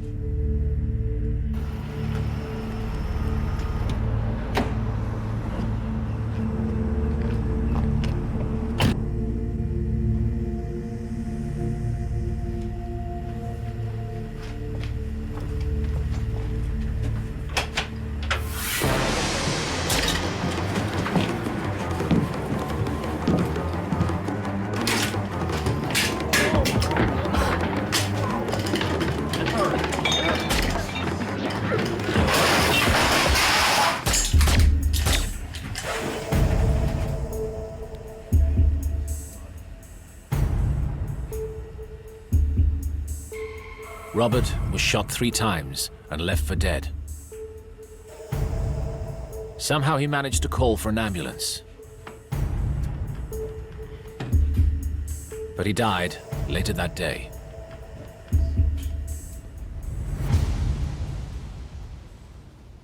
Donald had been killed immediately.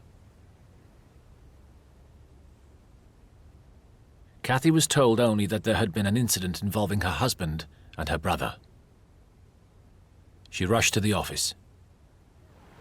It was a police officer who approached me and actually took me into his car and let me know what happened and asked my opinion of who I thought it was. I said there was only one name I always heard about through the years that was a great threat to the family, and that was Avellino. I said it had to be him.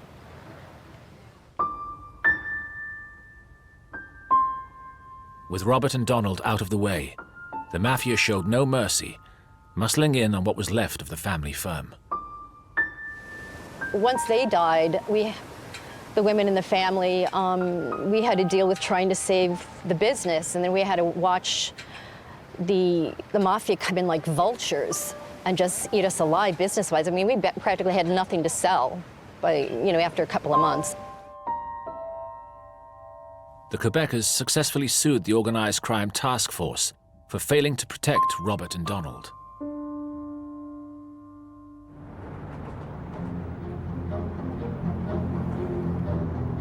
But the authorities did now finally begin an all-out assault on the power of the Mafia in Long Island. In 1993, Anthony Gaspipe Casso, Tony Corallo's successor as boss of the Lucchese family, was arrested. To reduce his sentence, Casso agreed to cooperate with the police and admitted the family's role in the Kubeckas' killings. The guy was an informer, Casso said. There's only one way you deal with informers. You kill them. In 1994, Sal Avellino was sentenced to 10 years for helping plan the Kubecka murders. Today, Long Island's garbage companies are free of mob influence. More broadly, the Mafia is now a shadow of its former self. The commission trial that the Kubeckas helped kickstart proved the first in a series of RICO-based investigations that would devastate the organization. These guys are like a street gang now. They've been reduced to that. Sucking shit, we should kill them. All right? Anybody near comes near us, we'll kill them. More importantly, the insights gained during the commission and other inquiries helped destroy the glamour and mystique of the mob. These were not geniuses. These were not people who were strategists. These were people who could hardly understand each other. They were incredibly unsophisticated and incredibly parochial. Listen to me, please. I'm listening to you. He's got to go complain to Fat Tony. What the f*** he got to do with carpenters? It was, as you listen to their intercepted conversation, unbelievable that people with so little understanding could control so much and make so much money.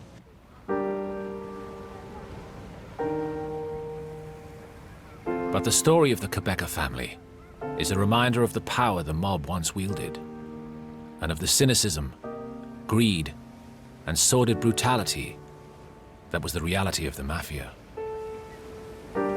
What the Mafia has done to me is just tear apart my life. They're run by power, greed, and violence. They're bloodthirsty, power-hungry people. They're monsters. I lost both my husband and my brother to men. I mean, my brother was everything to me. We just made a good, honest living, and we weren't even allowed to do that.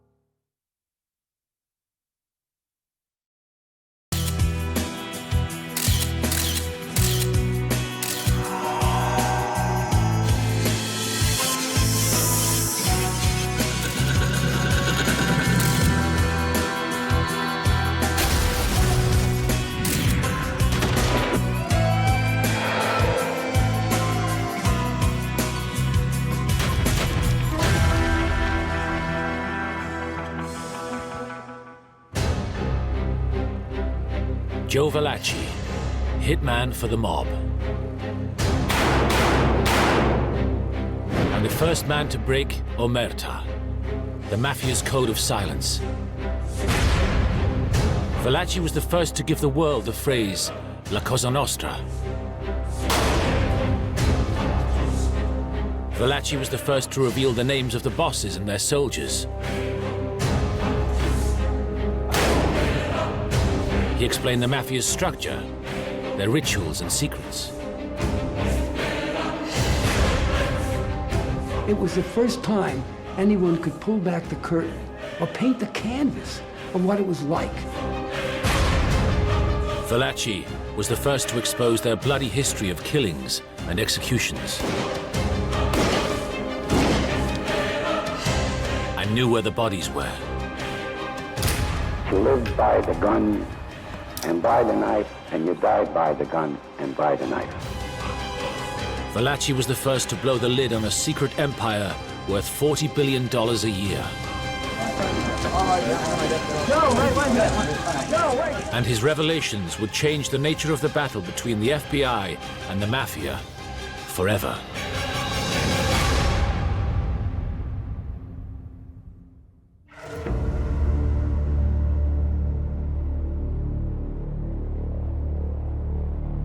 In 1962, 58-year-old Joe Valachi was serving 15 years in Atlanta State Penitentiary for heroin trafficking.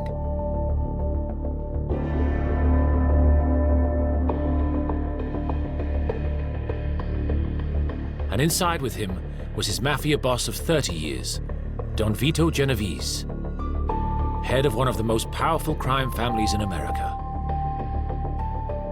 Joe went back a long time with Vito. He was in one of Vito's crews, so they knew each other very well, and he always thought he was in Vito's good graces. But Vito was a homicidal maniac. One day, Vito Genovese arranged for Valachi to be his cellmate. Genovese could do this because he controlled the prison wings with fear and intimidation.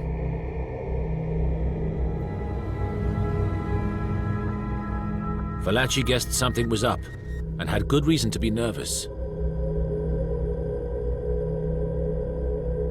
Genovese believed that Valachi had put him in prison after squealing to the Federal Bureau of Narcotics. One night, Genovese turned to his cellmate. You know, we take a barrel of apples, and in this barrel of apples there might be a bad apple. Well, this apple has to be removed, and if it ain't removed, it would hurt the rest of the apples.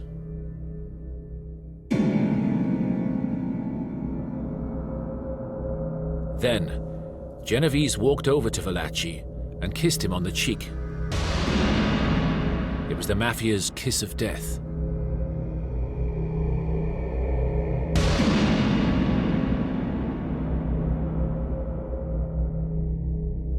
To let Valachi know he was the apple to be removed.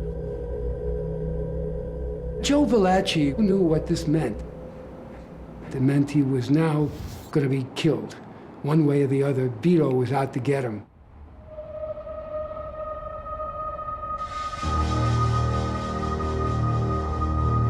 Consumed with fear, Valachi saw hitmen everywhere.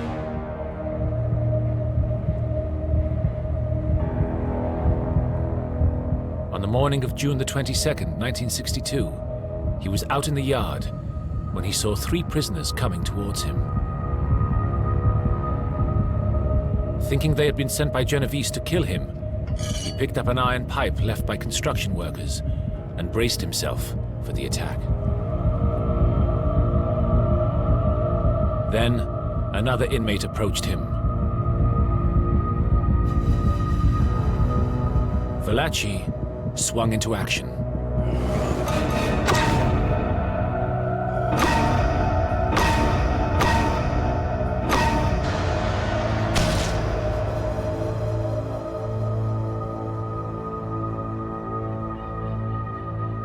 Valachi's victim was John Joseph Saup, a small-time crook with no mafia connections. Valachi had killed the wrong man.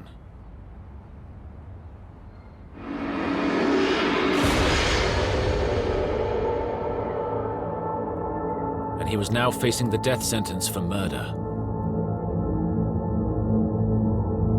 Here he is, he's trapped, there's no way out for him. So he sends word to the federal authority that he's willing to sing, become a canary.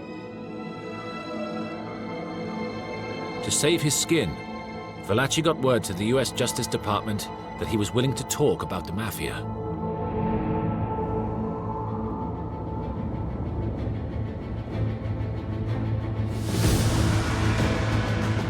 For Attorney General Robert Kennedy and his staff at the US Justice Department, this was the break they were looking for.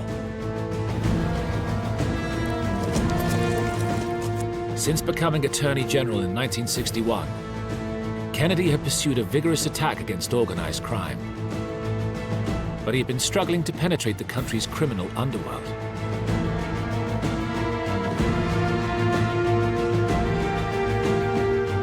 Now, for the first time in the history of the Mafia, an insider was willing to talk.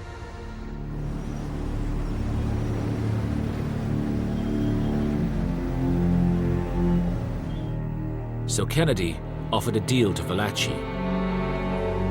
He was permitted to plead guilty to a charge of unpremeditated murder and receive a life sentence on the one condition that he would expose his organization.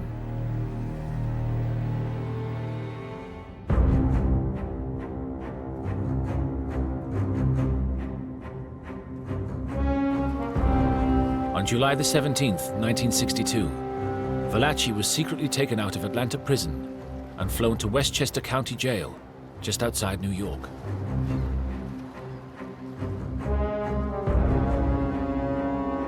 He was given the cover of Joseph DeMarcona and taken to an isolated cell.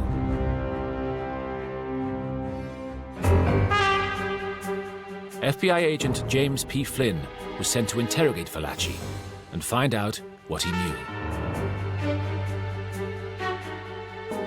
Flynn came in and he was tough. He told Valachi, listen, either you tell us what we want to know, or you're no value to us and there's no deal involved.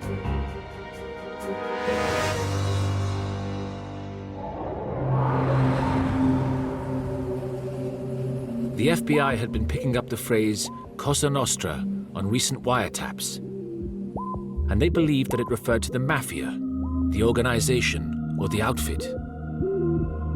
But they weren't sure.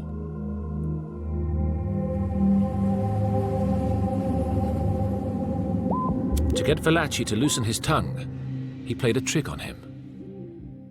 Flynn bluffed Valachi. He said, what, we know all about Cosa Nostra. Thinking the FBI had a deeper knowledge of the Mafia than they actually did, Valachi began to talk. And he, for the first time, revealed what it really meant.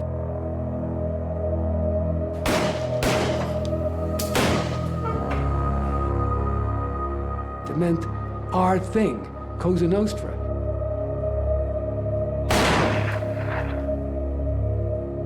And he told Flynn, we never call ourselves Mafia. Flynn started to pump Valachi for names, dates, and information.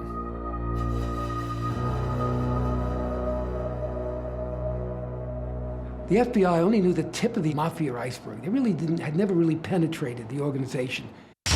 Now, the floodgates opened. What Valachi gave them for the first time, knowing he had to produce, otherwise he was going to stay in prison for the rest of his life, he had to produce an inside story, really pull the curtain back, paint the canvas of what it was like to be a Mafia soldier in the trenches. So for the first time, he started spilling the beans.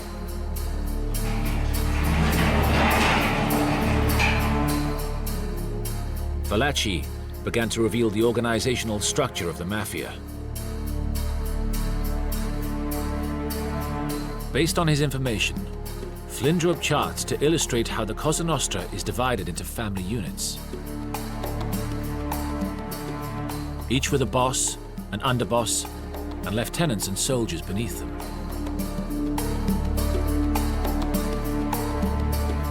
It seemed to the FBI and everybody else that he was a Rosetta Stone. He was telling them the secrets. The hieroglyphics were now exposed. Valachi told Flynn that these mafia families extended across America, from Boston to San Francisco. And for the first time, the FBI got a picture of the mafia's enormous scope and activities.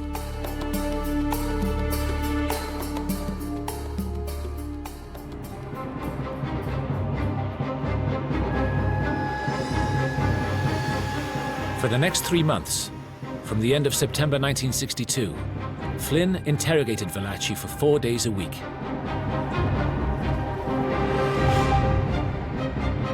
An average session would last about 3 hours, and then Valachi would become irritated and difficult to handle.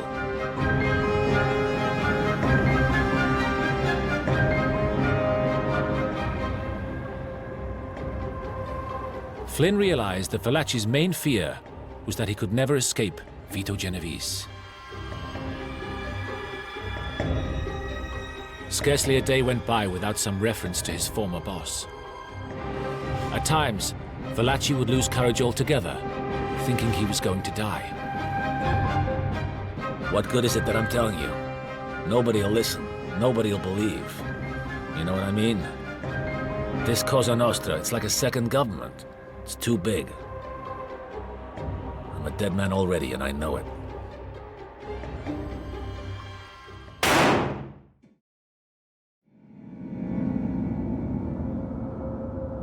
Valachi was right to be worried. According to FBI sources, members of the Genovese crime family were looking for Valachi.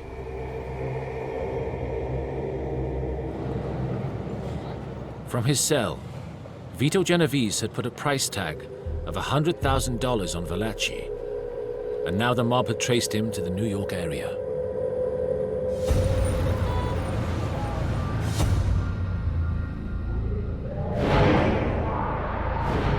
The FBI, fearful that the mafia would get to their prize witness, moved Valachi again, this time to the high-security army base at Fort Monmouth in New Jersey.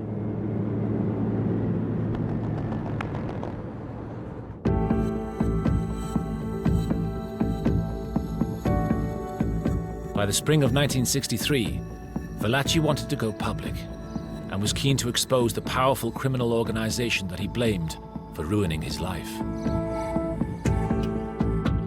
Bobby Kennedy became aware of his potential as a person who could publicize how big and how important the mafia was. But Kennedy had huge concerns about Valachi's credibility. For the past 30 years, he'd been a ruthless mafia hitman.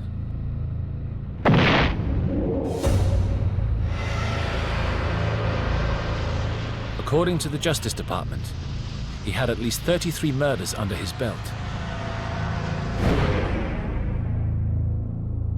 and was also now singing for his life.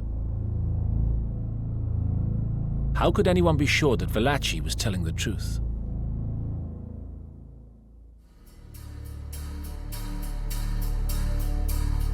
So the FBI decided to use it to test his credibility.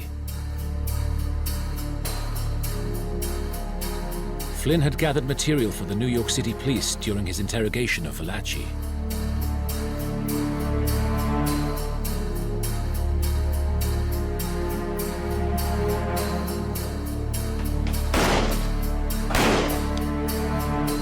The police department had struggled with 30 years of unsolved murder cases, dating back to the Mafia gang wars and the subsequent Cosa Nostra power struggle.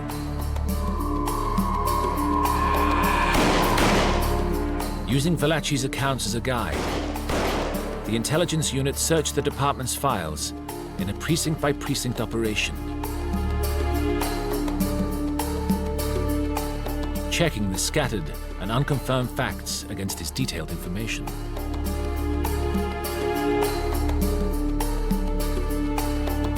They found that Valachi's version of the gang slayings and killings, including the dates, locations, and the circumstances, could all be verified.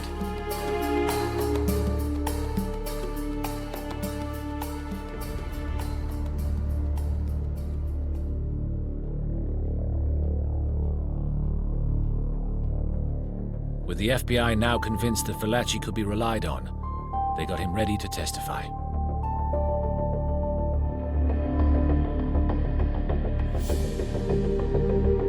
In September 1963, Valachi was flown to Washington to face an investigating Senate committee on organized crime across America.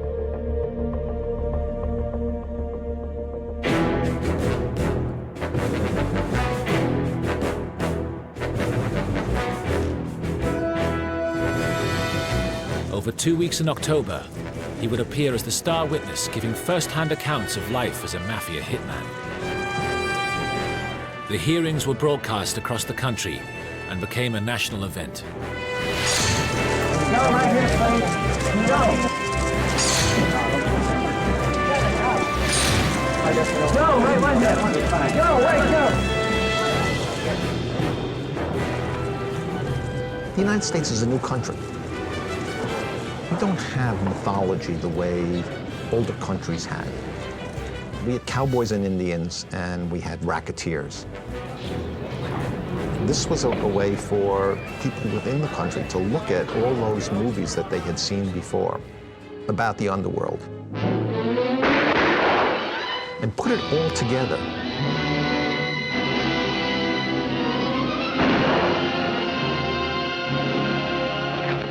I think the public was fascinated by it. The nation's underworld gets the unwelcome spotlight of publicity as the Senate's Investigations Subcommittee begins new hearings on crime. Arkansas Senator McClelland is at the helm. Attorney General Robert Kennedy paints a grim picture of the rise of lawlessness under the Cosa Nostra, or Mafia. This he describes as the government of organized gambling, narcotics peddling, extortion, racketeering, and controlling of certain trade unions. He says the income runs into billions.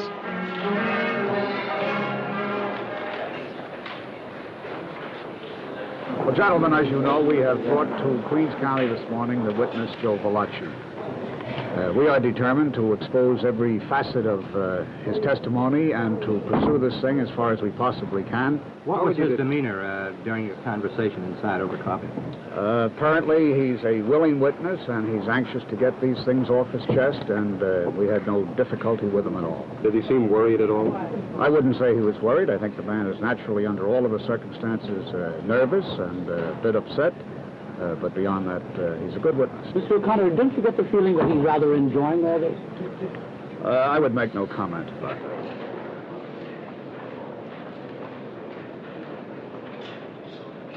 As the hearings got underway, Valachi was asked why he had murdered another inmate in Atlanta prison. Why did you decide to kill him at that time, at that spot? Because he's the guy I spotted at that time. In other words, I felt that was my last day, in plain English, Senator. I felt that was my last day. You thought it was your last day? That I would be alive. Well, did you feel that you could get all of them before they could get you? Just probably, I don't know what I would have done if I don't see him. See, I can't answer what I would have done. In other words, you felt helpless and surrounded, and you decided to strike when you could. If I when I saw him, yeah. You thought that if you killed this man, who you thought was going to kill you anyway, that this. I got some satisfaction, Senator. Put it that way. You got some satisfaction.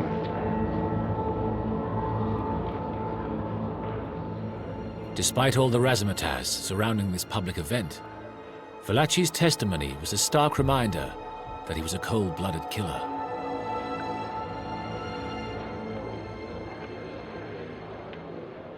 Then Valachi's interrogation really began. When did you become a member of this organization? 1930. 1930. What is the name of it? It is Cosa Nostra in Italian. Cosa Nostra in Italian. Our thing and our family in English. Our thing and our family in English.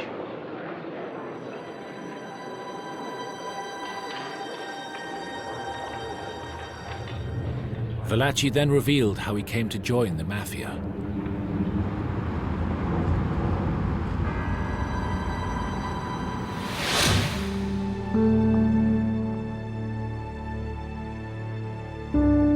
Valachi took the committee back to his low-life roots in the slums of New York in the early 1900s. His parents were from Naples, and they had 17 children. Only 6 survived. By the time he was 18, he was the driver with a notorious gang called the Minutemen. They robbed hundreds of clothing and jewelry stores between 1919 and 1923, smashing shop windows and grabbing whatever they could before the cops came.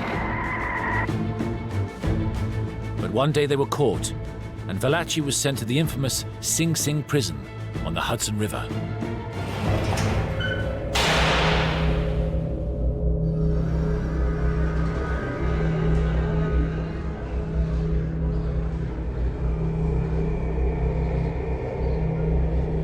In Sing Sing, the 21-year-old Valachi made friends with a gangster named Alessandro Volero.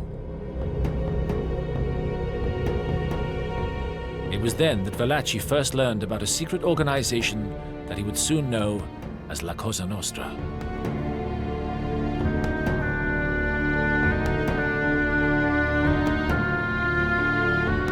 And Valachi wanted to be a part of it.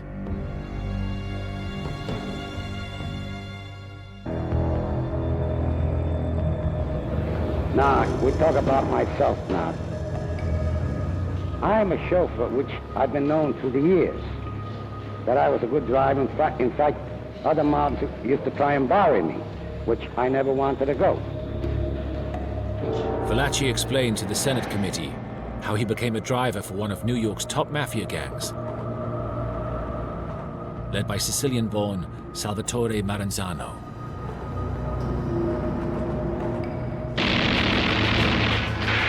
It was 1929, and Maranzano was locked in a bloody power struggle with his rival, Giuseppe Masseria. Valachi made it known to Maranzano that he wanted in. And as a test, he was sent as the driver on a contract to murder one of Masseria's top henchmen.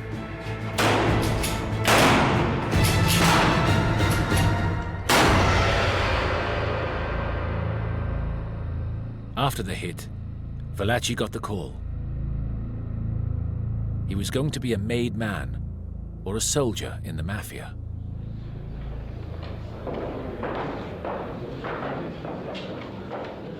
Valachi then revealed to the committee the rituals of his initiation ceremony into the mob.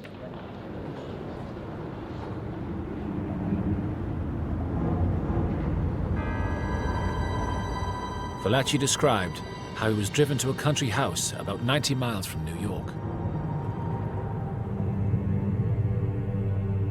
Valachi said he was asked to join 30 other members around a table. His boss, Don Salvatore Maranzano, was going to conduct the initiation. He told him how you got inducted, Omerta, the whole code. That once you became a member, you could never leave. How you had to either become an earner or be a hitman, kill somebody before you could even be qualified to be an inductee.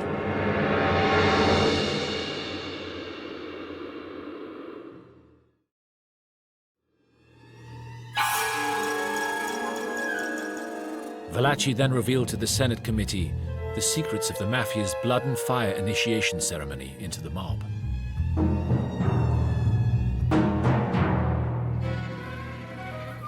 Well, he had the knife and the gun on the table. He went on to explain that you live by the gun and by the knife, and you die by the gun and by the knife. Did you have a full understanding of what that meant at the time? Yes, I did. It meant that you was what? Well, expect to die by the gun and by the In knife. other words, when you took that oath, you expected someday to die either by the gun or by the knife. Right. That's what you were dedicating yourself to. Right.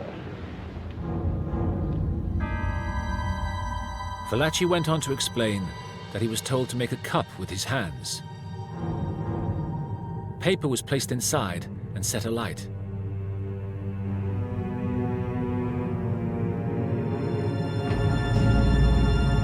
He was then asked to move it from side to side and told that he would burn like the paper if he betrayed the secrets of the Cosa Nostra.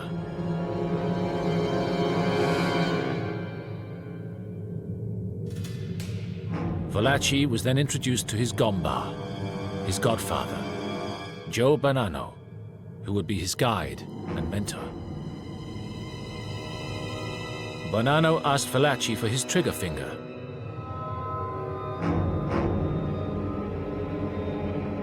And pricked it with his tie pin.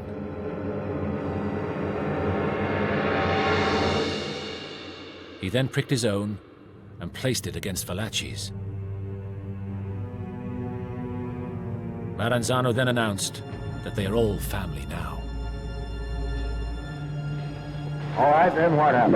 Then they all shake hands. Everybody gets up and shake hands. They say a few more words together, which I can't recall. They also said in Sicilian. But did you know what they meant? Well, actually, I never asked what it meant. I never did ask what it meant, but it meant like sort of in the style of an organization, or in that style. But you don't bother. I didn't bother. I never did bother. You never did what? I never bothered to find out what it meant, but I had an idea what it meant. Well, you had an idea. What was your idea? All tied up. Oh, we're all tied up. We're all together. All together. All together. Right. Right. Sink together, hang together, live together. Yes.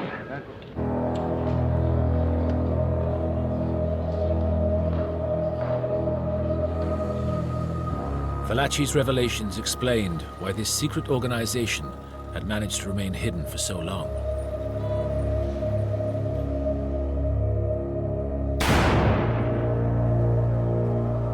Anyone who squealed would pay the ultimate price. Fear had preserved the silence for 30 years.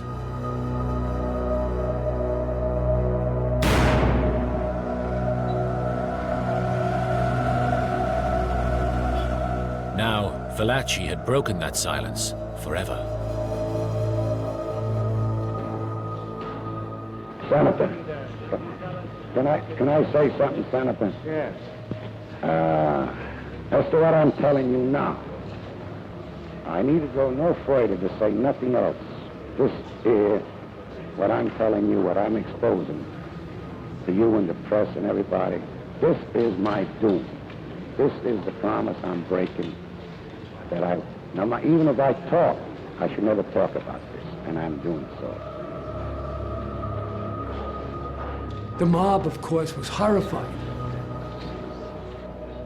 And, in the past, they had been able to reach people in prison and kill them. And they thought somehow if they offered enough money, somebody would be willing to try to bump them off. With Genovese's contract of $100,000 hanging over Valachi's head, there were now real fears of a direct attack on the Senate hearings. What can you tell us about this threat, Jim?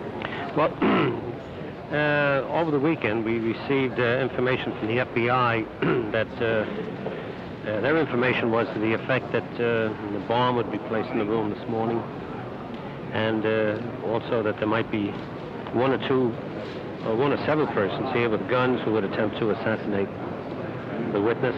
Now, what precautions have you taken? I don't think we ought to talk about it. How about Mr. Valachi? Did you tell him about it? No, we didn't. Well, there was supposedly a report that somebody's been trying to shoot you or put a bomb in here or something. Where'd they get that? What do you think about the Yankees and the Dodgers the other day? I don't know anything about it. How do you feel about it? I feel I'm in the same position from the beginning. I'm hot from the beginning. You understand what I mean? Don't make any difference.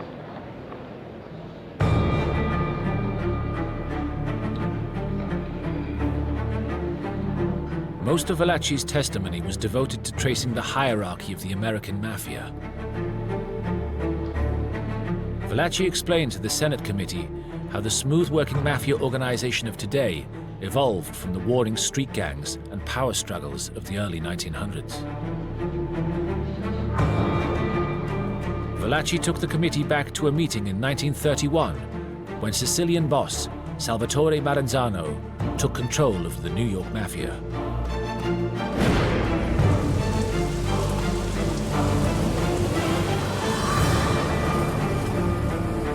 Valachi told how Maranzano laid out his grand plan to an audience of 400 mobsters.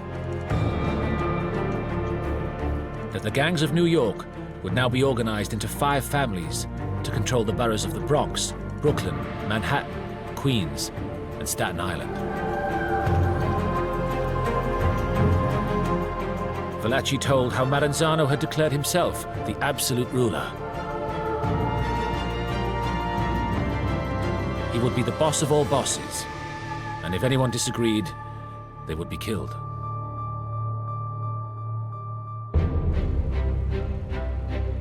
Valachi then explained how one man did disagree.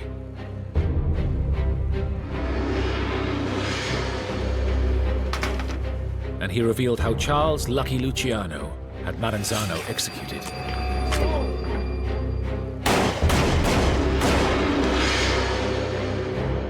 Luciano then introduced a more democratic form of leadership.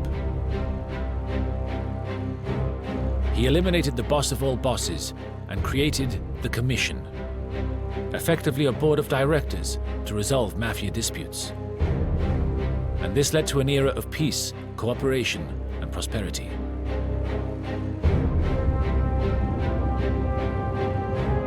Valachi then named the present leaders of the 5 New York families. Vito Genovese, Carlo Gambino, Giuseppe Magliocco, Joseph Bonanno, and Gaetano Lucchesi. These are the men, Valachi told the committee, who run a huge web of organized crime in the city, involving gambling, prostitution, loan sharking, narcotics, and the infiltration of the mafia into legitimate businesses.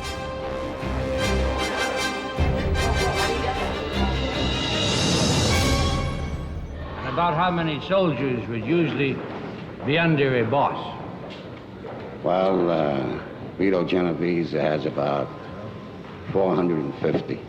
450? In and around that. 450? About 450. Could be even 500.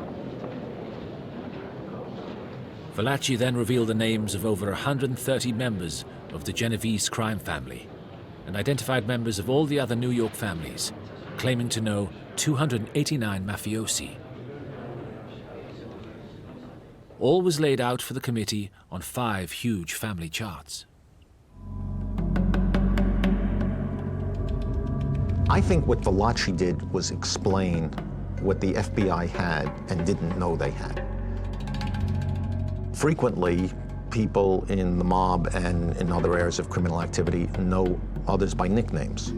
They may know their faces, but they don't know their actual names.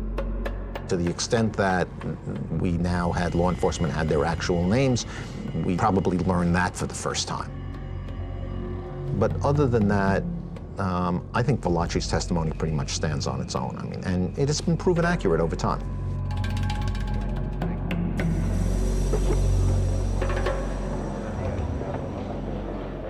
Those that you have been able to identify in the 5 families, you have marked with stars up on these charts. Yes. The others that are not on the chart, you know them by aliases, and you didn't know their other names. Right. And therefore, you didn't undertake to name them. Right. Except that you could give their real name along with their alias. Right. Very well.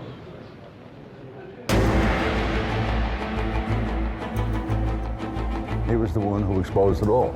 The families, the names of the people, the levels of authority, starting with the capo di tutti i capi down to the soldiers.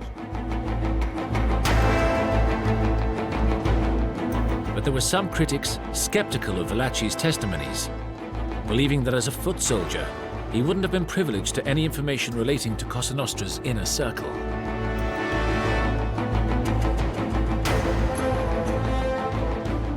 I think it is a mistake to think of a soldier as being a low-level figure. They're not. They are serious people within the mob. The only people above a soldier in a direct line of authority is the capo and the boss.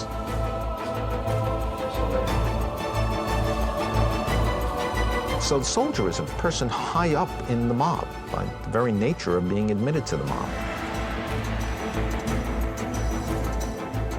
They are given mob secrets. They are told about what has occurred.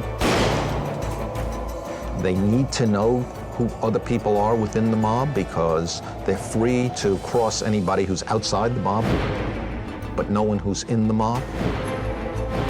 And so they tend to know a great deal.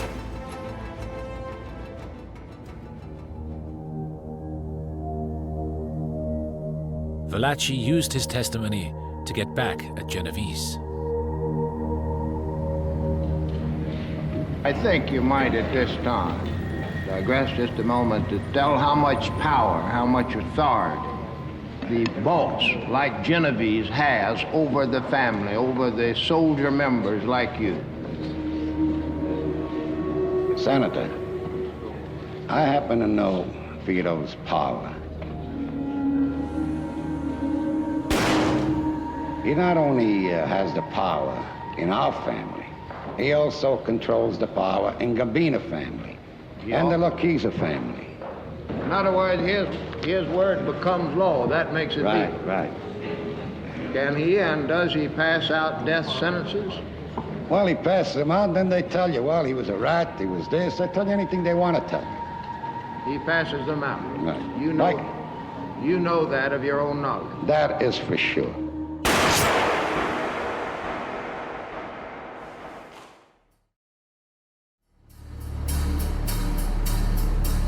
Valachi's testimony was a goldmine. He confirmed Cosa Nostra was the mafia. He revealed the names of the bosses and their soldiers. He explained their structure, their rituals and secrets. He exposed their bloody history.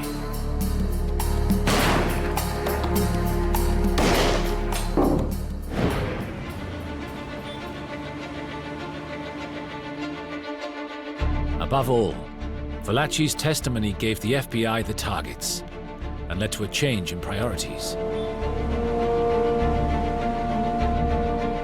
By 1963, the FBI's New York office had increased the number of its agents specializing in organized crime from 4 to 140.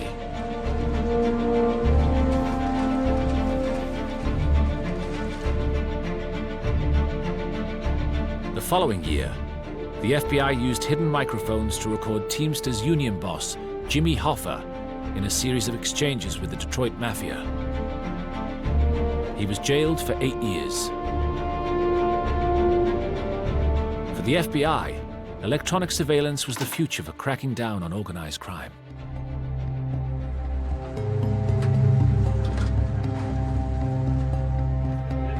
I remember as a young agent, as a young organized crime agent in the early 1970s, all over the country we did wiretaps of the interstate gambling operations that flourished and were controlled by the mafia.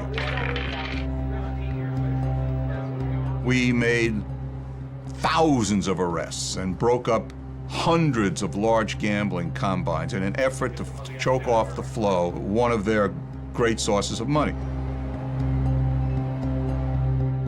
Thanks to Valachi's revelations, the FBI's campaign against the mafia progressed to a new level.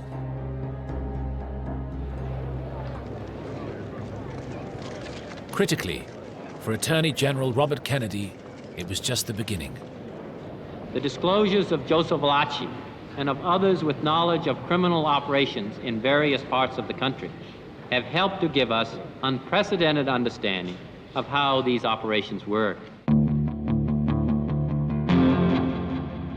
Valachi was the first really important cog in bringing down and destroying, or at least wounding, the mafia in America.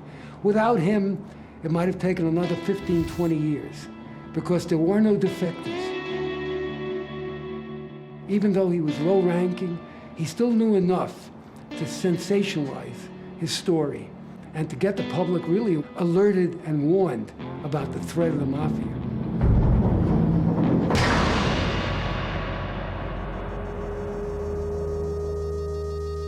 As for Joe Valachi, he was returned to the relative comfort of the District of Columbia Jail in Washington, where he had been kept during the hearings.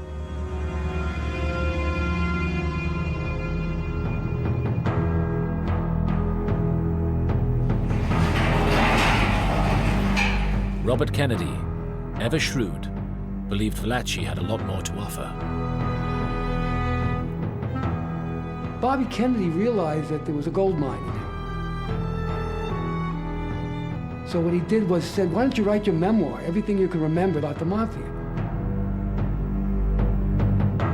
Over 13 months, Valachi painstakingly produced more than 300,000 words on notepads from his cell in Washington. He had been there from the very beginning of the modern mafia, and it was a unique day-by-day portrayal over a 30-year period of his life as a hitman.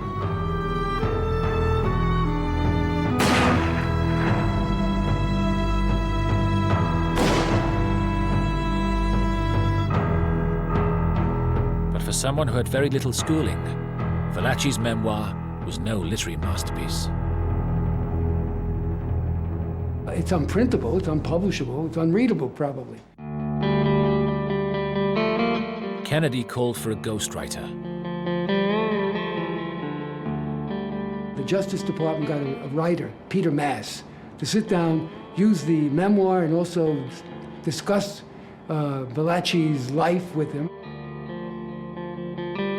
This was to form a book which the Justice Department hoped would encourage other informers to come forward.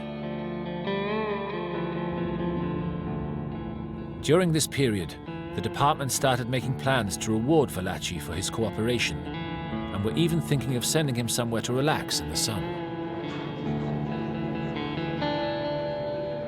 Bobby Kennedy had some wild scheme that maybe he could find a girlfriend or bring Valachi's wife and put him on some desert island where he could live out the rest of his life.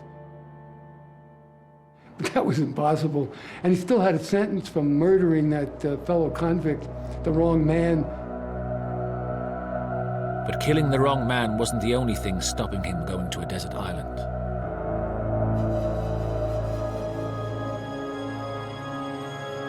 The Italian-American newspaper, Il Progresso, had got hold of Valachi's manuscript and was outraged. It printed a virulent editorial against the forthcoming book, saying it was perpetuating the kind of image of criminality associated with the many Italian names in Valachi's testimony.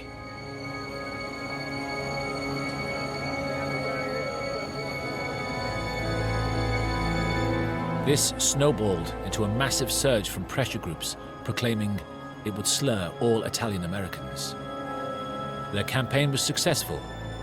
The White House stepped in and halted its publication. Overnight, everything changed for Valachi. He was told the whole thing was off and was hauled out of his Washington comfort zone and transported back into the harsh federal prison system.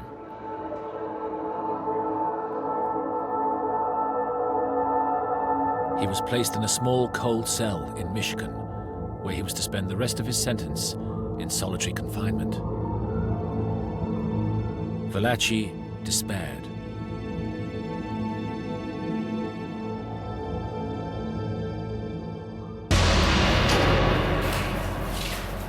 On the morning of April the 11th, 1966, he took the mains lead from his radio and stepped into a shower cubicle.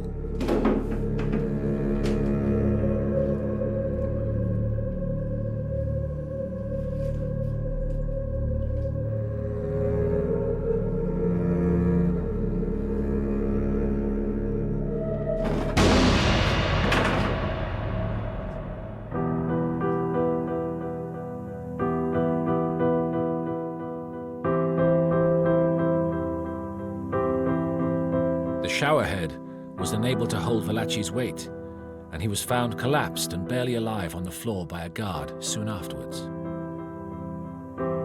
The Justice Department realized that they had to look after their prize witness better.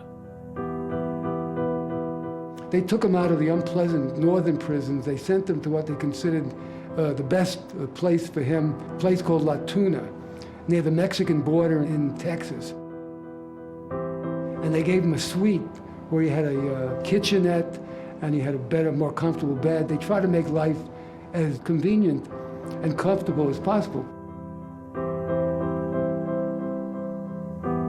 Whenever the Justice Department now gets a real top-notch defector, they send him to what is called the Valachi suite.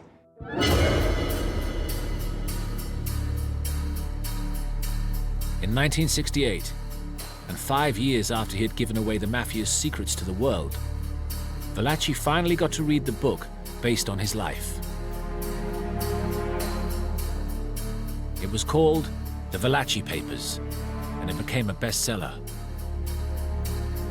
Valachi never received a penny from it. The book was turned into a feature film in 1972. Valachi was played by Charles Bronson.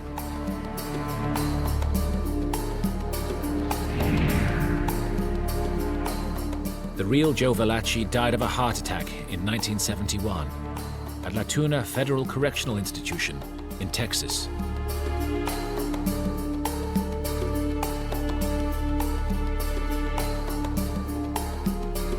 He outlived his mafia boss, Vito Genovese, by 2 years.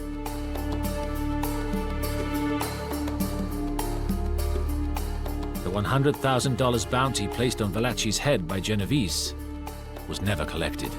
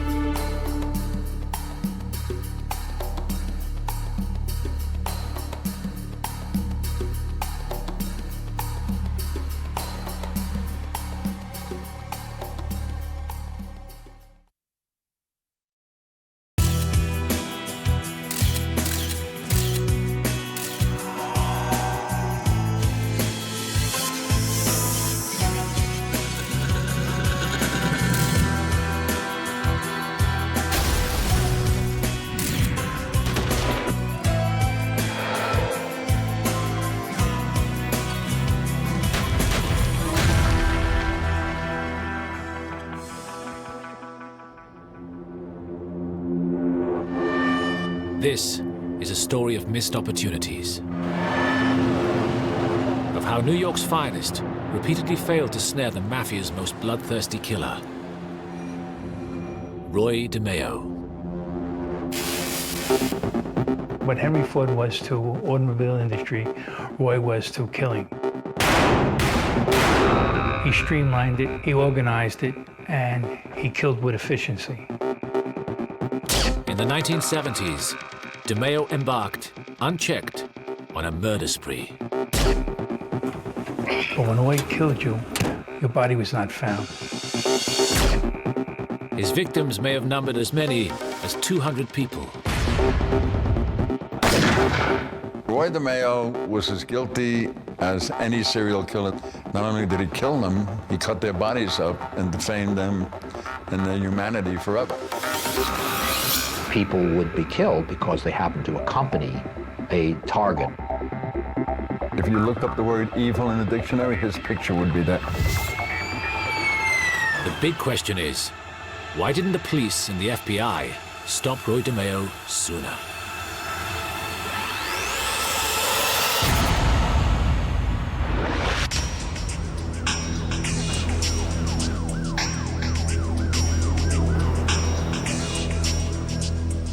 In 1975, detectives working for the New York Organized Crime Squad made a gruesome discovery. It was a quiet Sunday in Queens. Here, in an alleyway behind the Pantry Pride meat market, the police discovered the remains of a young adult male, stuffed in various garbage bags. The victim was Andre Katz, a small-time criminal. Andre Katz was a car thief, a very, very good car thief.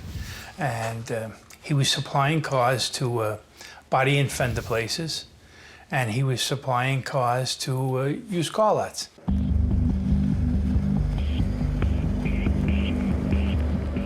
Katz came from what was then a dangerous part of town, the Canarsie district of Brooklyn.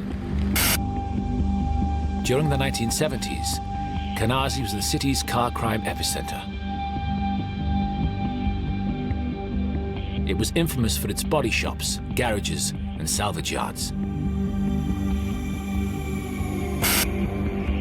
Back then, many of the garages were so-called chop shops, specializing in cannibalizing stolen cars for the parts. But as the discovery of Katz's body showed, somebody had been chopping up more than just cars.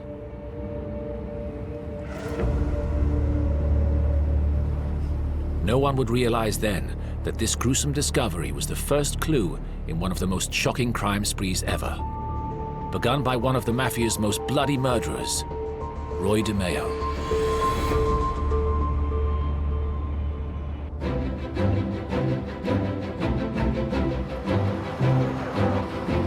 Roy DeMeo's life could have been very different. His mother had wanted him to be a doctor. An uncle was a big-shot prosecutor. Another was a forensic scientist. But Roy DeMeo never showed such promise.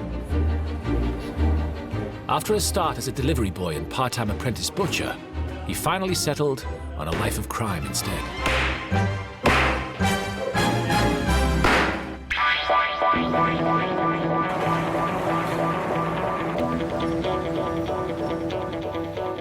By the late 1960s, Roy DeMeo was doing well for himself in his chosen career. He was a successful street thug and racketeer. But DeMeo wanted more. He yearned to become a made man, a fully paid-up member of a mafia crime family.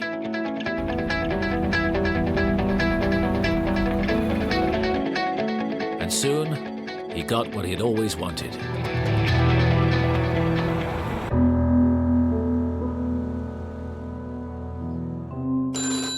One day, he received a call.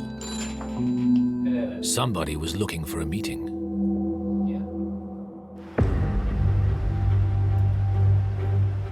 The call came from this house. It was the home of Nino Gaggi. Gaggi was a mafia captain in the infamous Gambino crime family of New York.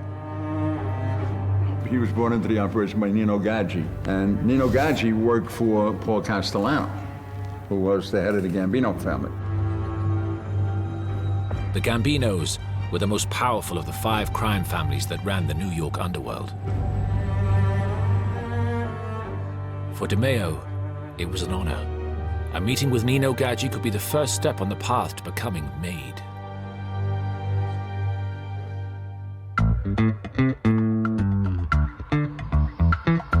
Gaggi placed DeMeo on the first rung of the mafia ladder.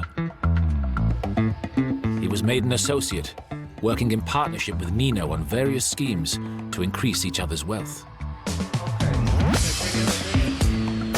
DeMeo's business interests were a perfect match: loan sharking, gambling, theft. The honeymoon started well. DeMeo expanded his loan shark book. And soon, Roy DeMeo was doing what any mafia boss wants. He was making lots and lots of money. But DeMeo was more than just a loan shark. He was an entrepreneur.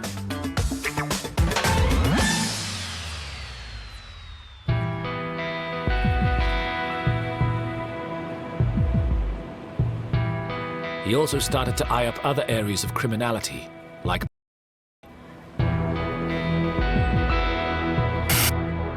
this time, hardcore was illegal. Some family bosses, including the Gambinos, frowned upon it. But DeMeo decided it was too good an opportunity to pass up. Nino Gadji turned a blind eye for one simple reason. The money was excellent.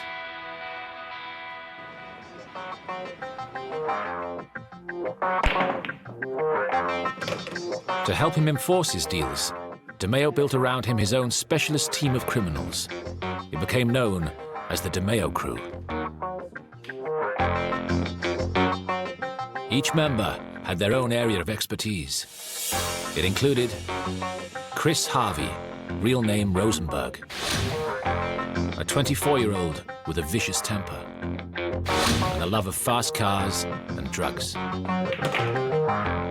Chris idolized Roy. He wanted to be Roy. He wanted to be in the mob. Freddie DeNome. He was their getaway driver. Freddie was a racing car driver and was highly respected as a car thief. He could get away with any kind of a police chase.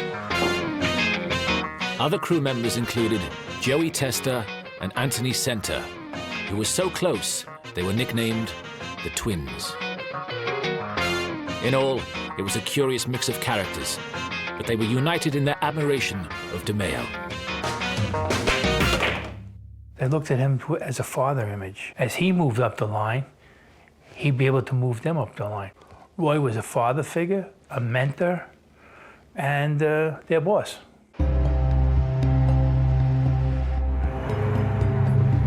The gang used to hang out at a bar here on Flatlands Avenue, Brooklyn. Today, it is a church, but at the time, it was called the Gemini Lounge and was the DeMeo gang's clubhouse and base for operations. Gemini Lounge was a neighborhood watering hole. Wasn't a disco, was a very quiet bar where a man coming home from work could go in for a drink. The only exception to it was the fact that it was owned by Roy DeMeo.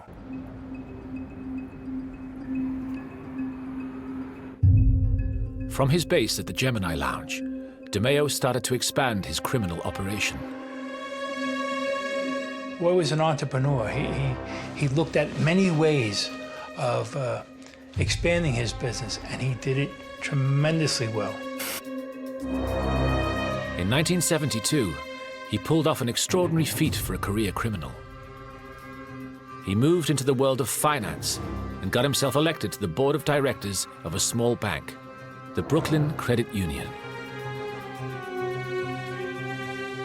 Originally, Roy got involved on the orders of Nino to help launder money.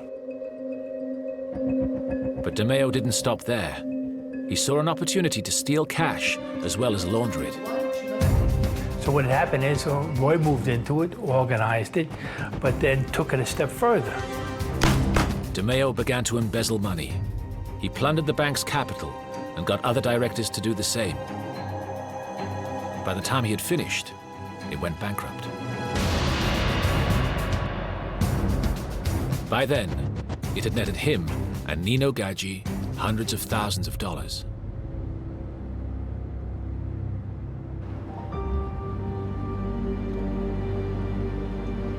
The collapse of a bank, even a small one, could have been a disaster for DeMeo. Because the FBI and tax authorities started to investigate the failure of the credit union.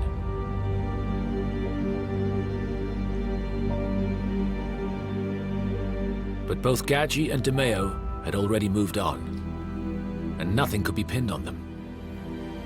The result? They were free. Then they just walked away from it. DeMeo had managed to elude the authorities. Now, he thought he could get away with anything. Even murder.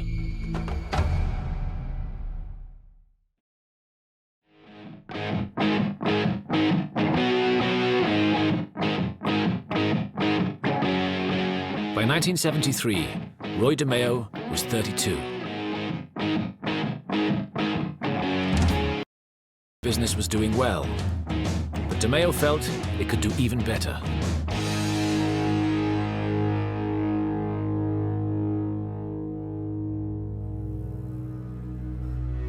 Then, one of his business associates, Paul Rothenberg, was arrested.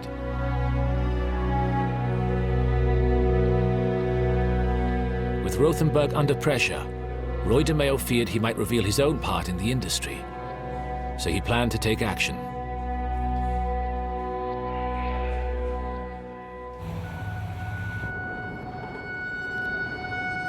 In July 1973, he coolly picked Rothenberg up and drove him to a quiet part of town.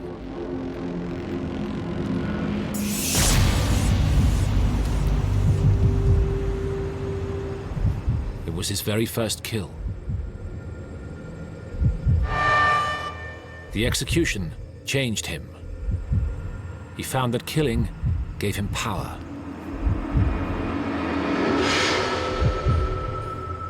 He would now not hesitate to murder again whenever an obstacle presented itself.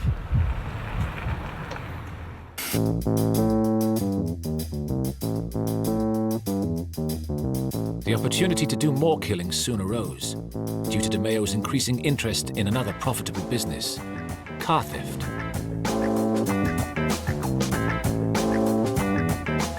The DeMeo crew was becoming big in lucrative car crime. They had a highly set up organization of 17 to 20 car thieves a night. In New York, there was huge amounts of money to be made. A car was often worth more for spares than as a running vehicle. And everybody had their order. Everybody knew their assignment.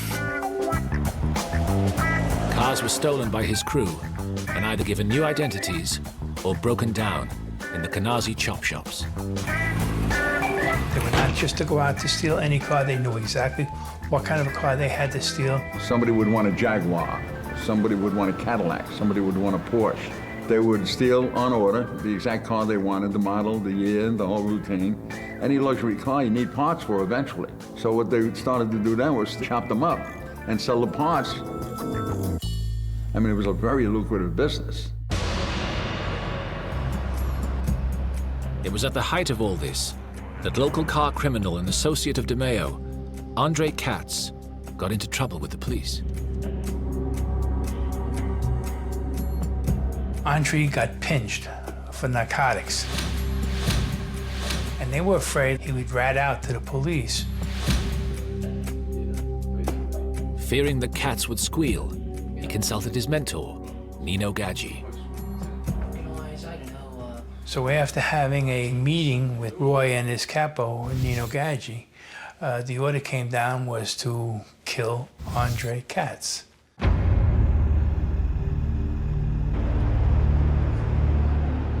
DeMeo prepared an elaborate plan. Katz was lured by a female accomplice into a trap. He was grabbed by them and they put a noose around his head and dragged him into a car. Then, DeMeo and his crew took Katz to the Pantry Pride meat market in Queens. But this time, DeMeo did something different.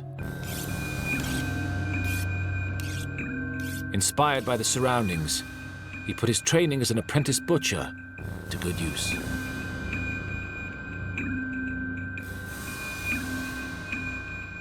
That's how Andre Katz ended up in pieces in several garbage packs. The next thing you see is the headlines is a dismembered body found in the back of Pantry Pride. And what a bum thought was a leg of lamb was actually Andre's thigh with a tattoo on it. They wrapped it all up in butcher paper, and it was neatly placed in the fat disposal bin behind Pantry Pride. In fact, DeMeo had made a mistake. The body parts were found because the rubbish wasn't collected over the weekend.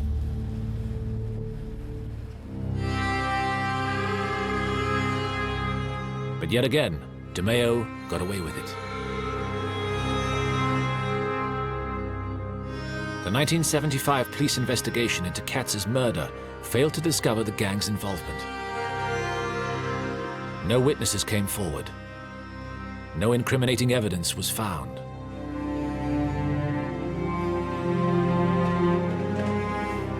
For retired homicide detective Joe Wendling, the reason was because Katz was the wrong kind of victim.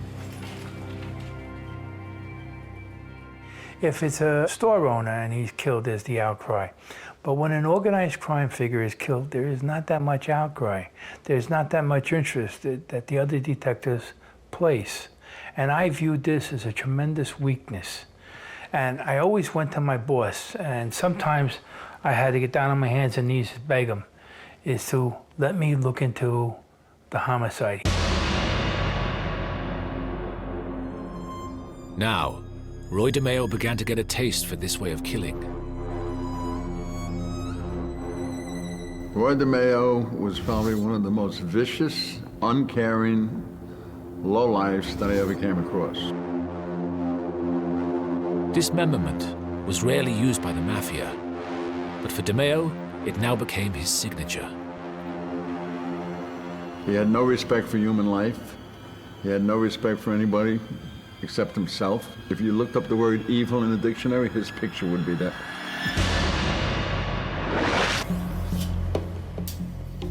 DeMeo found that anyone could be made to disappear. They would cut the body up, dismember the body, neatly wrap the body, and the parts were placed in dumpsters. The dumpsters were emptied, and the contents taken to the immense Fountain Avenue dump in Brooklyn. All of the garbage in Brooklyn and Queens went to that dump. And the Fountain Avenue dump had a special area designated for meat byproducts. And it had to be covered immediately with dirt. Then the bulldozers covered everything. So if you dump something there, you're not going to find it ever, ever, ever. So that's why they used it. More and more people started to vanish. We had a number of people that disappeared, and we never found them. Here was a group of men that were murdering people, and the bodies were never found. Today, the dump has long since been filled and landscaped. There is little clue as to the number of bodies DeMeo sent there.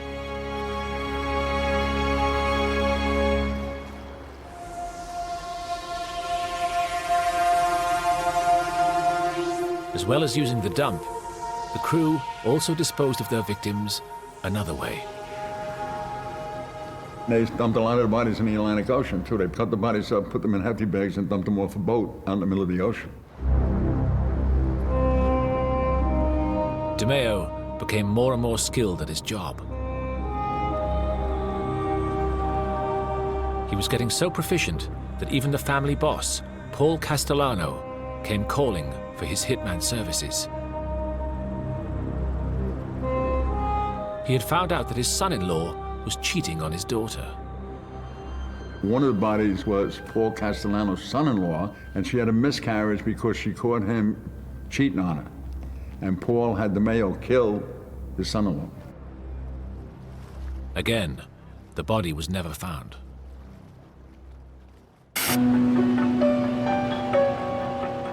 Amazingly, despite all the disappearances, the police department failed to spot a pattern, except one person, Detective Joe Wendling.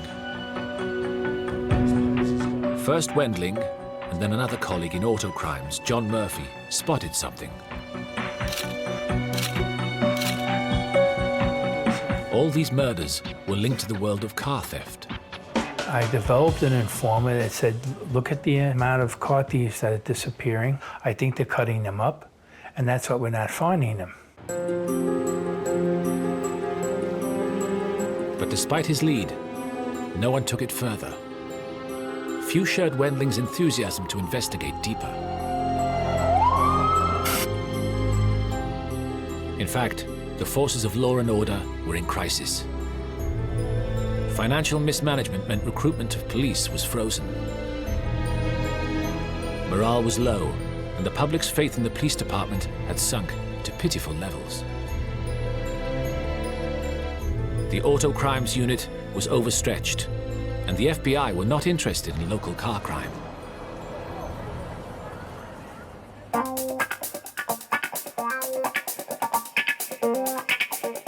So these were great times for DeMeo. With nothing to stop him, business boomed. 77,000 cars were stolen in New York City in 1974 alone. No area in the country is safe from the car thief. It affects everybody in the country. The big metropolitan areas, however, are suffering the most rapid rate of growth. For DeMeo, the money kept flooding in. Oh, it was a tremendous epidemic of car crimes in New York. And there was a tremendous slew of warehouses found with skeletons of cars in them.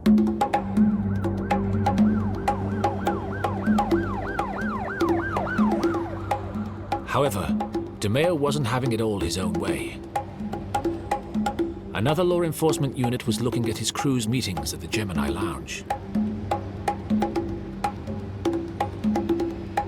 It was a separate outfit, the Organized Crime Task Force of the Queens District Attorney's Office and Detective Kenny McCabe.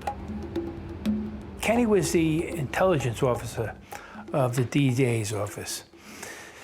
He maintained all the organized crime files. He covers all the funerals. He covers all the weddings. And he writes his little notes, and he has folders upon folders of all the families. Then, Joe Wendling, John Murphy, and Kenny McCabe did what the wider law enforcement community were failing to do. They started comparing notes.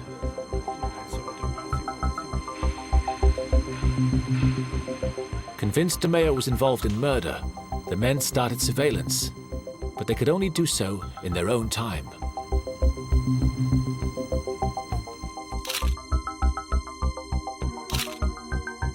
What had escaped them, though, was that DeMeo had just received a massive promotion.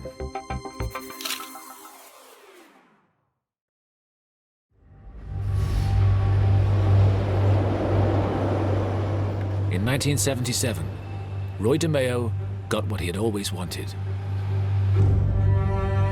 He became a fully paid-up mobster and was formally inducted into the Mafia crime family. There was two ways of being made in the mob. You become an earner or you become a hitter, right? You kill somebody, you earn. Roy DeMeo was both. Roy DeMeo became a so-called made man, working full-time for capo Nino Gaggi.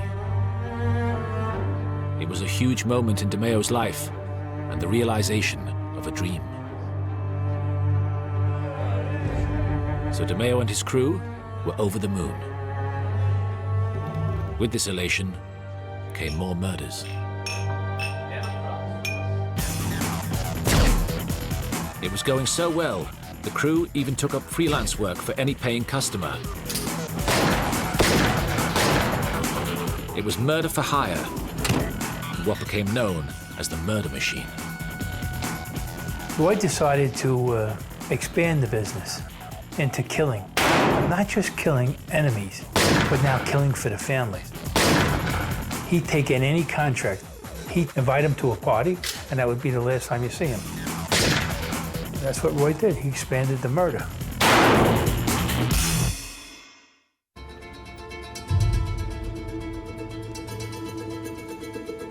1979 was a high point for the DeMeo murder machine. To cope with demand, the crew took the killings and dismemberments in-house. Now most hits were done in the rear of the Gemini Lounge, using a well-practiced method. Now behind the Gemini Lounge, there was an apartment rented by a guy named Joseph Guglielmo. They would lure their victims to the place, and they would bring them in. The victim would be shot in the head by Roy DeMeo, and the head swiftly wrapped in a towel. Chris Rosenberg would stab the victim in the heart to stop the bleeding. Then, the body would be left to drain for 45 minutes. They brought him into the bathroom, put him in the tub. Then they cut the body up and put all the parts in a hefty garbage bag. after they got done cutting the body up and draining the blood out of it in the bathtub, they all sat down with Roy DeMeo and they ordered a pizza, and they were eating the pizza with bloody hands. That's how despicable these people were.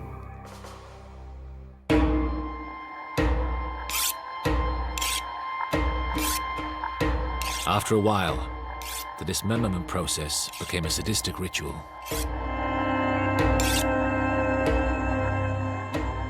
There was no need to do this. This was just, how would you say it, vicious evilness. I mean, mob heads normally aren't done that way. Why go to that length when they could just put a bullet in his head and dump him in the ocean? They did it just to be vicious. And that was DeMeo's doing because he was a psycho.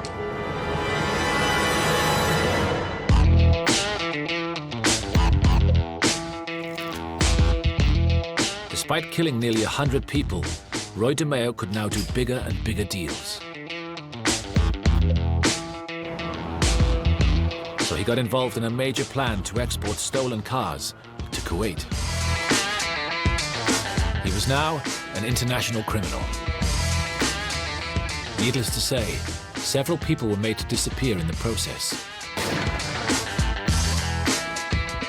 But the plan netted him and Nino huge profits.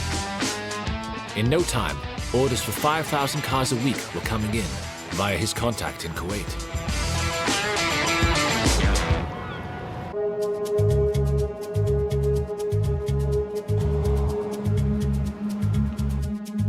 As a sideline, DeMeo was getting deeper into cocaine deals as well.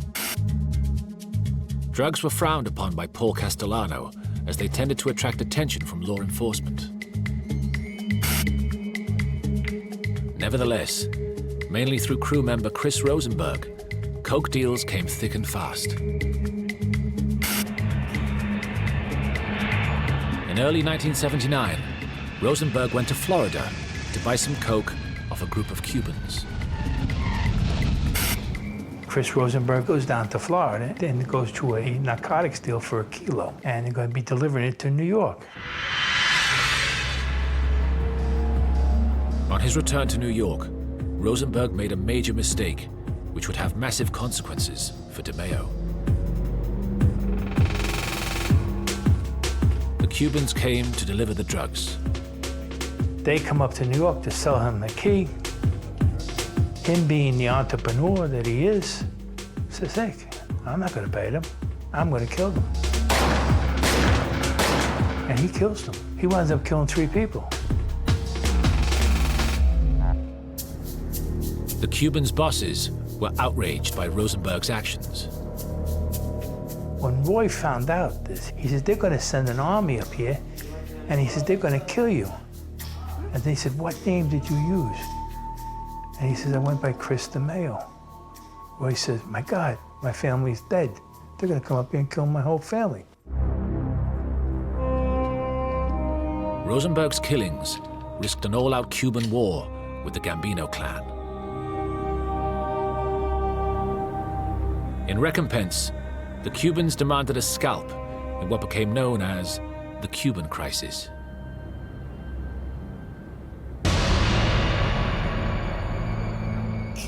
So DeMeo decided to offer up a sacrifice. His friend, Chris Rosenberg. So he decides Chris has to go. They stab Chris, he shoots Chris.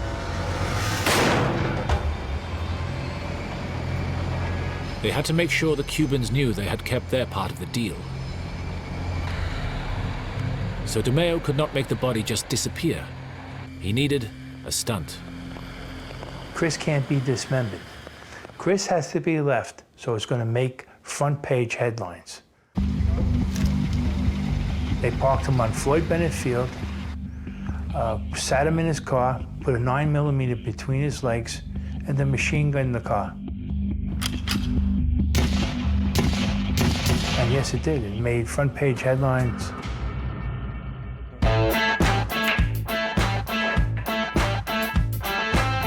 With Rosenberg gone, DeMeo returned to business. And he remained popular with his Gambino family boss, Paul Castellano, because of his specialist skills. Roy wasn't going to get killed because Paulie needed his guns. DeMeo and his men were very, very well respected. And this added power to Paulie. Nobody would make a move on Paulie. So that's how important Roy DeMeo was to Paulie. However, the Cuban crisis did leave a mark on DeMeo. He became paranoid the Cubans wanted to kill him. This caused him to make a major mistake.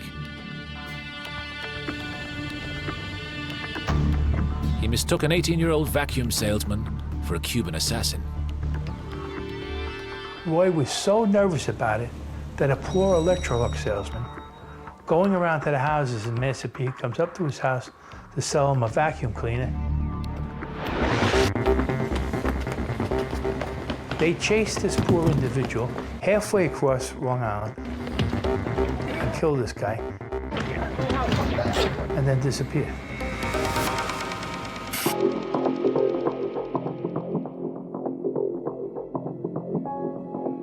Despite the killing being in broad daylight, law enforcement drew a blank. No witnesses dared come forward.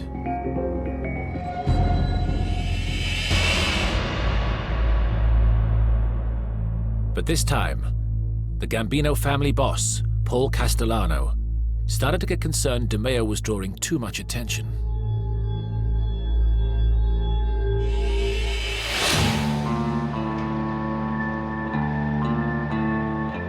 Then, in late 1979, Castellano wanted to kill two made men in his family, so he instructed Nino Gaggi and Roy DeMeo to make the hit. And the order was sent down to Nino Gaggi, kill him, and you do it. So Nino trusted his right-hand man, his top killer, Roy. So they set up a meeting with a father and son. They had them in the car, but the father realized this is not going to turn out well.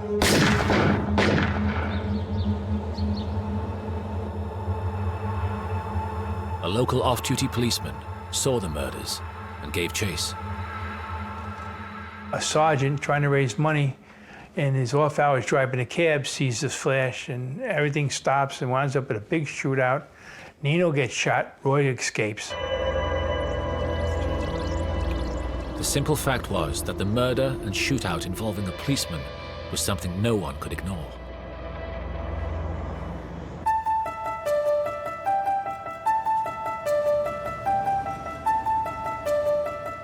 So at last, the investigators began to join all the dots between DeMeo and his crew. Between car crime and the numerous Canarsie murders. And between Nino and headman Paul Castellano. Then, the FBI made a key breakthrough.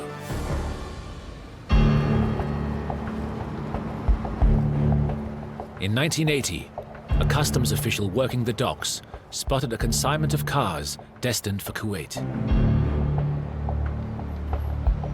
It appeared the cars had been stolen and given new registration documents.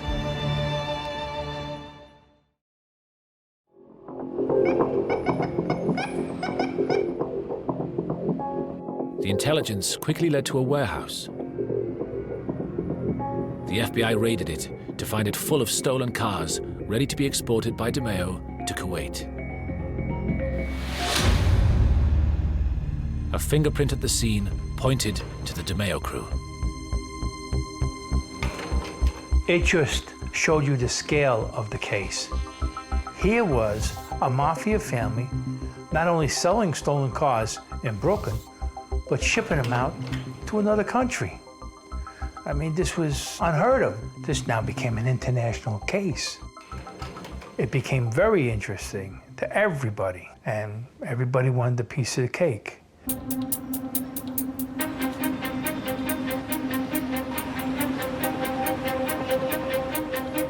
By 1982, the pressure on DeMeo was stepped up. A new task force moved into offices at Foley Square, New York, to take over the running of the case. It was headed by top shot prosecutor Walter Mack. Walter is such a total attorney. And this guy, Walter Mack, is one of the finest prosecutors I ever met, without any question. I mean, the guy had guts, and he's the one who put this whole case together. The man that just throws himself into a case with his full soul. Mack's task was to bring all the crime agencies together under one roof. The team was put together of federal, state, local, city investigators. The team soon included Joe Wendling. We sat down, we sparked Walter's interest, and we asked Walter to make a promise to us that if he took this case, he would see it through its end. Walter Mack did. And soon, it became very clear that what had started as a large-scale car crime case was turning into something even bigger.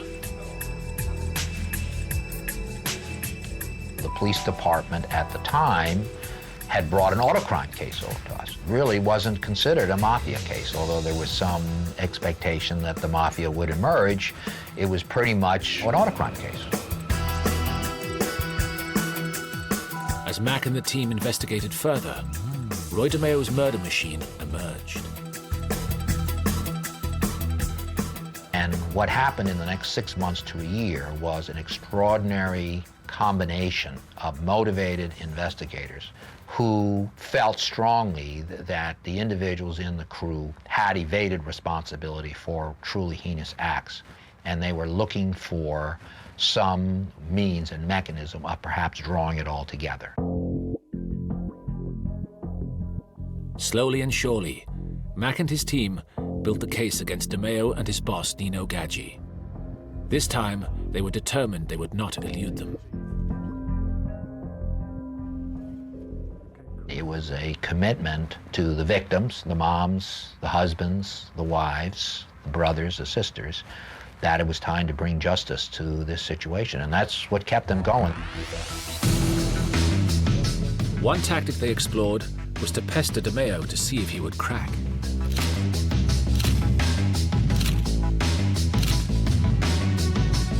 Soon, they had something to get him really worried. A major breakthrough.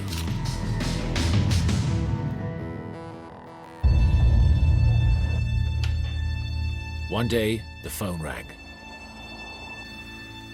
A new informer, calling himself only Harry, professed to knowing all about the stolen car ring. Harry was Vito Arena, an associate of the DeMeo gang.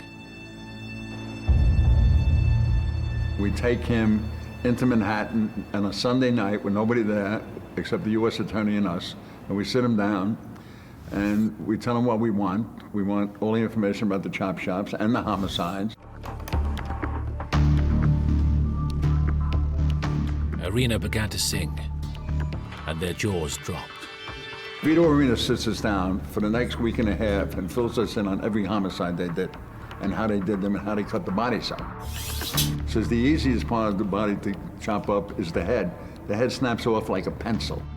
And we're like in awe of this guy. We never heard anything like this in our lives. And he tells us all about Roy DeMeo.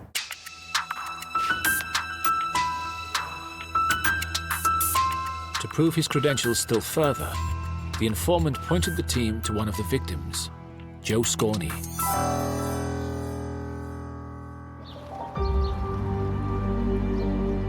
His body was found just where Arena said it would be, in a barrel of cement at the bottom of a lake. We find the body, it was all skeletal now. And there's the dungaree jacket, dungaree pants, and a wallet in his jacket. And by virtue of that wallet, he had his dentist's name in the wallet, which gave us the ID in about an hour.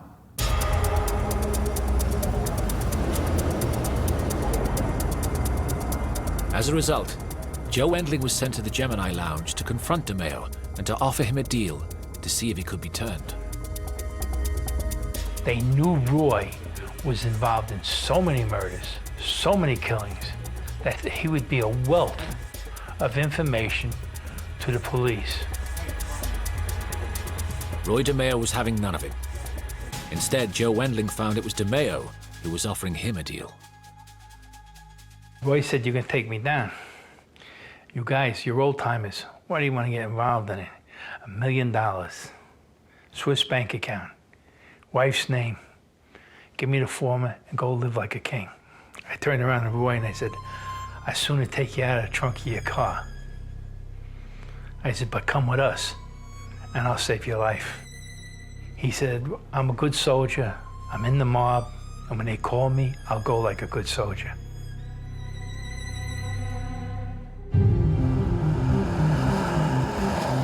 With the case coming together well and evidence building up, it seemed like it was only a matter of time before DeMeo would be in court.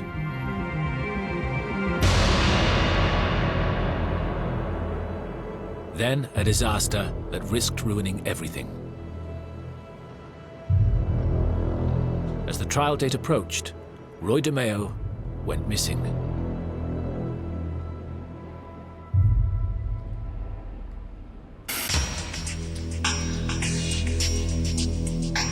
The police searched for DeMeo. Informants said he was seen on the streets looking paranoid and heavily armed. Then, the police took a call.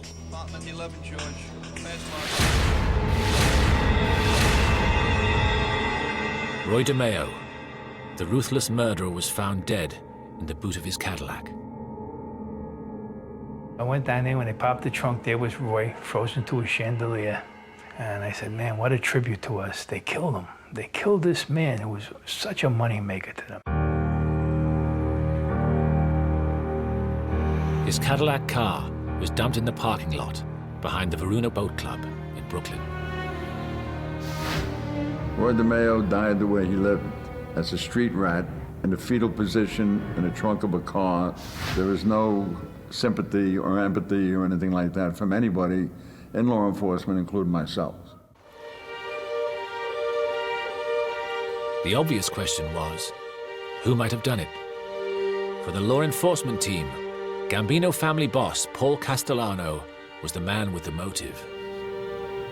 Roy DeMeo was killed because Paul Castellano decided he was a liability. They realized we were getting close to him, to DeMeo, and they felt that if we were able to arrest him and incarcerate him and turn him into an informant, he would have brought the whole empire down. Castellano was right to be afraid. Even though he was dead, DeMeo had left plenty of damaging evidence. Evidence that would bring destruction to the family. Soon after, the task force raided the Gemini Lounge, armed with a search warrant.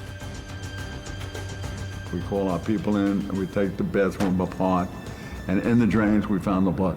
Blood never goes away, contrary to what you might see on television. If blood is in pipes in a wall, the blood will remain there forever and identifiable. So we were able to do that. We were able to match the blood with the victims and the criminals and the whole routine. That's how we made our case. This evidence led the team to DeMeo's boss and Castellano henchman, Nino Gaggi. The case evolved into US versus Gaggi. But Paul Castellano wasn't safe either. He too was called to face a trial.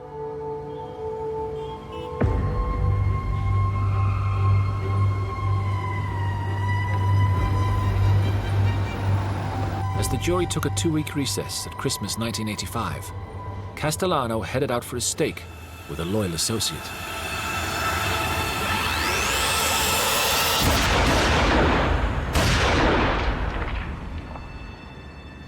He was cut down by unknown gunmen. So it was a setup. They bring him up there and they whack him as he's getting out of his car. Paulie got whacked as a tribute to all of us and Walter, because of the fact we put in all the killers, all the top soldiers. This enabled them to kill Paul. With Castellano gone, in a final trial, the remnants of the DeMeo crew and their capo, Nino Gaggi, stood trial for the remaining murders, including car thief Andre Katz. was not some case that was built overnight, done in a week. It was years of investigating, talking to informers, sending guys to Kuwait, and with the hard work of Walter Mack. In the end, the worst killer the Mafia ever produced left as his legacy not only a crime family in disarray, but also something more chilling.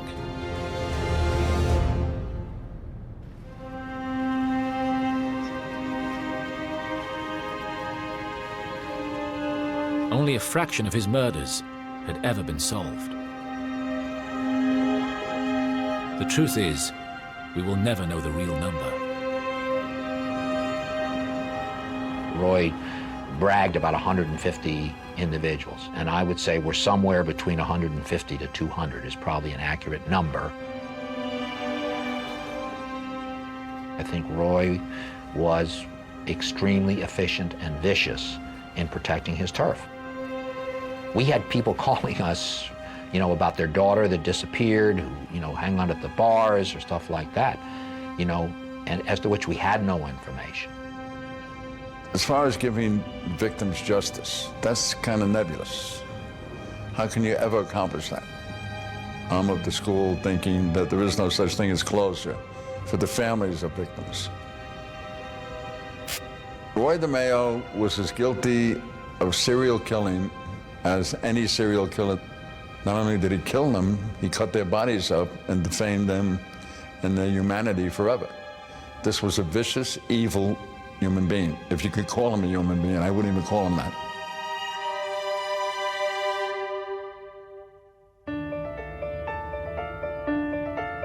In missing several vital opportunities to stop DeMeo, the law enforcement machine must take its share of the blame. But that same law enforcement machine did eventually come together.